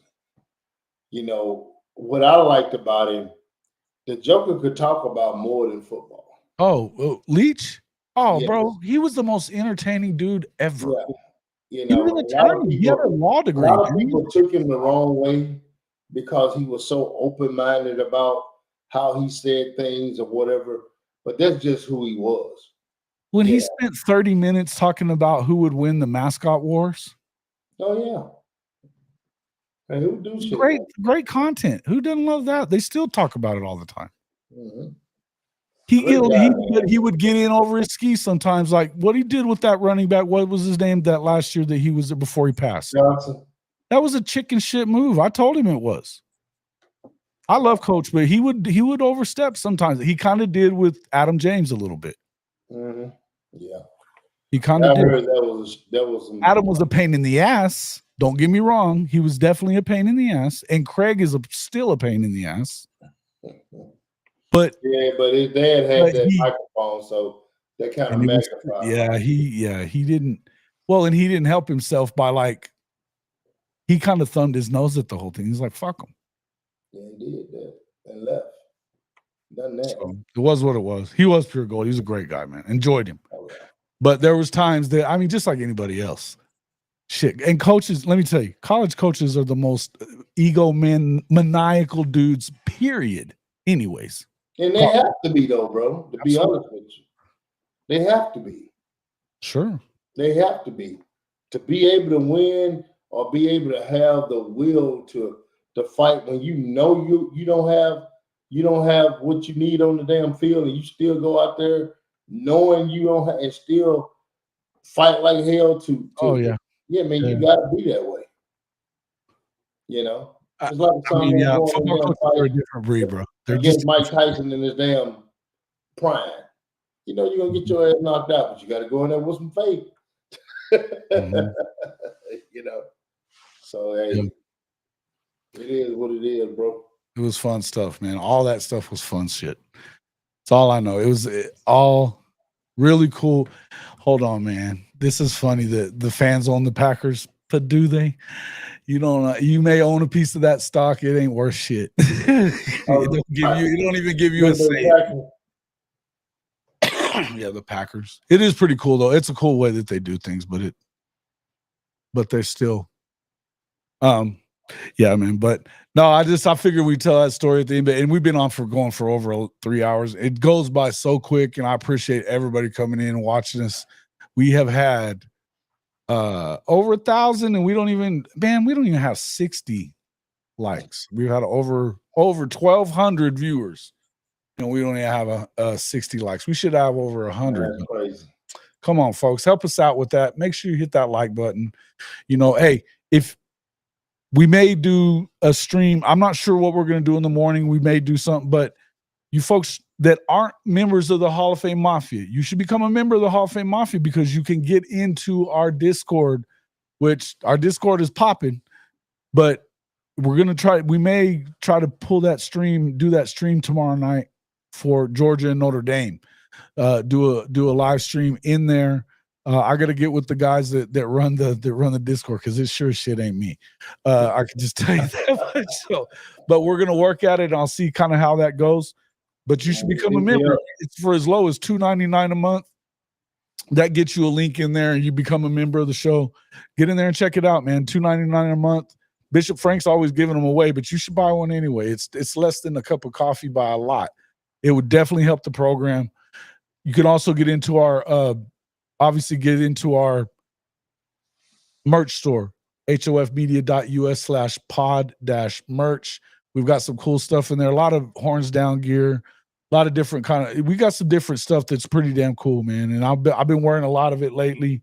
You know, our hats, our sweaters. It's sweater season right now. Make sure you guys are getting in there and check that out. If you want regular gear for your favorite team, licensed gear, our Fanatics Superstore is hofmedia.us/fanatics. That's hofmedia.us/fanatics. You get the best deal you can get for that day by using our partner link. Make sure you jump in there and do that. And look, if you're sick and tired of overpaying for your wireless, go to our Mint Mobile is the shit. You can use your own phone, switch it's $15 a month for unlimited talk text. I need to get that down in Mississippi, man. That'll sell really well down here, bro. I'll send it your way. It is listen, trymintmobile.com/HOF. Trymintmobile.com/HOF. You can get your first 3 months for $15 a month. After that, it only goes up to $30.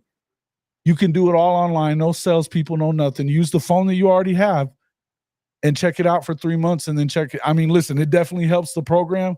But do you know how much money I'm saving off the 2 phones that I switched with? It's over $2,000 for the year that I saved by switching for 2 phones. Mint Mobile, guys. Mint Mobile. Try mintmobile.com/HOF. You know what else? The easiest way to help us is just hit that damn like button, and that's free. Do that. Make sure you check us out. Get over to the Gridiron Insight. If you're not watching this channel, you're missing out, man. You guys like good content?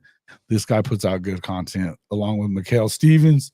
And he's gonna a number of guys. I'm gonna start being on some of his shows. Or I'm gonna get I'm about to get very upset if I don't end up on one of these. We're finna remake. Ended. We're finna remake that evolution of college football, man. We'll run it on both channels. Appreciate it, man. I enjoy it. No, we'll have a lot of fun with it. But you guys got to get over there and subscribe to his channel. They're always doing their topics are second to none, man. They really are. Doing a great job, man. I love the show. Appreciate you always is coming in. How do you find you? Oh, you know what? Let me just hit this little thing here because you can find the Gridiron Insight, or you can find Marcus on Twitter as well, right there at the bottom of the screen. Make sure you get over there to Gridiron Insight on YouTube, and make sure that you're subscribing to him everywhere. Man, we appreciate always is you being one of the friends of the program. Love having you on. No time, anytime, bro. All right, brother. Appreciate you a lot. Guys, I appreciate all of you a lot. We wouldn't do this without our audience. We do it for you guys. We love talking ball. Appreciate you guys so much. And no, BB's not going anywhere right now. It's all good. We'll see you guys definitely tomorrow. Either it'll be in the morning for Rise and Shine College Football, or we may end up doing that live stream during those games.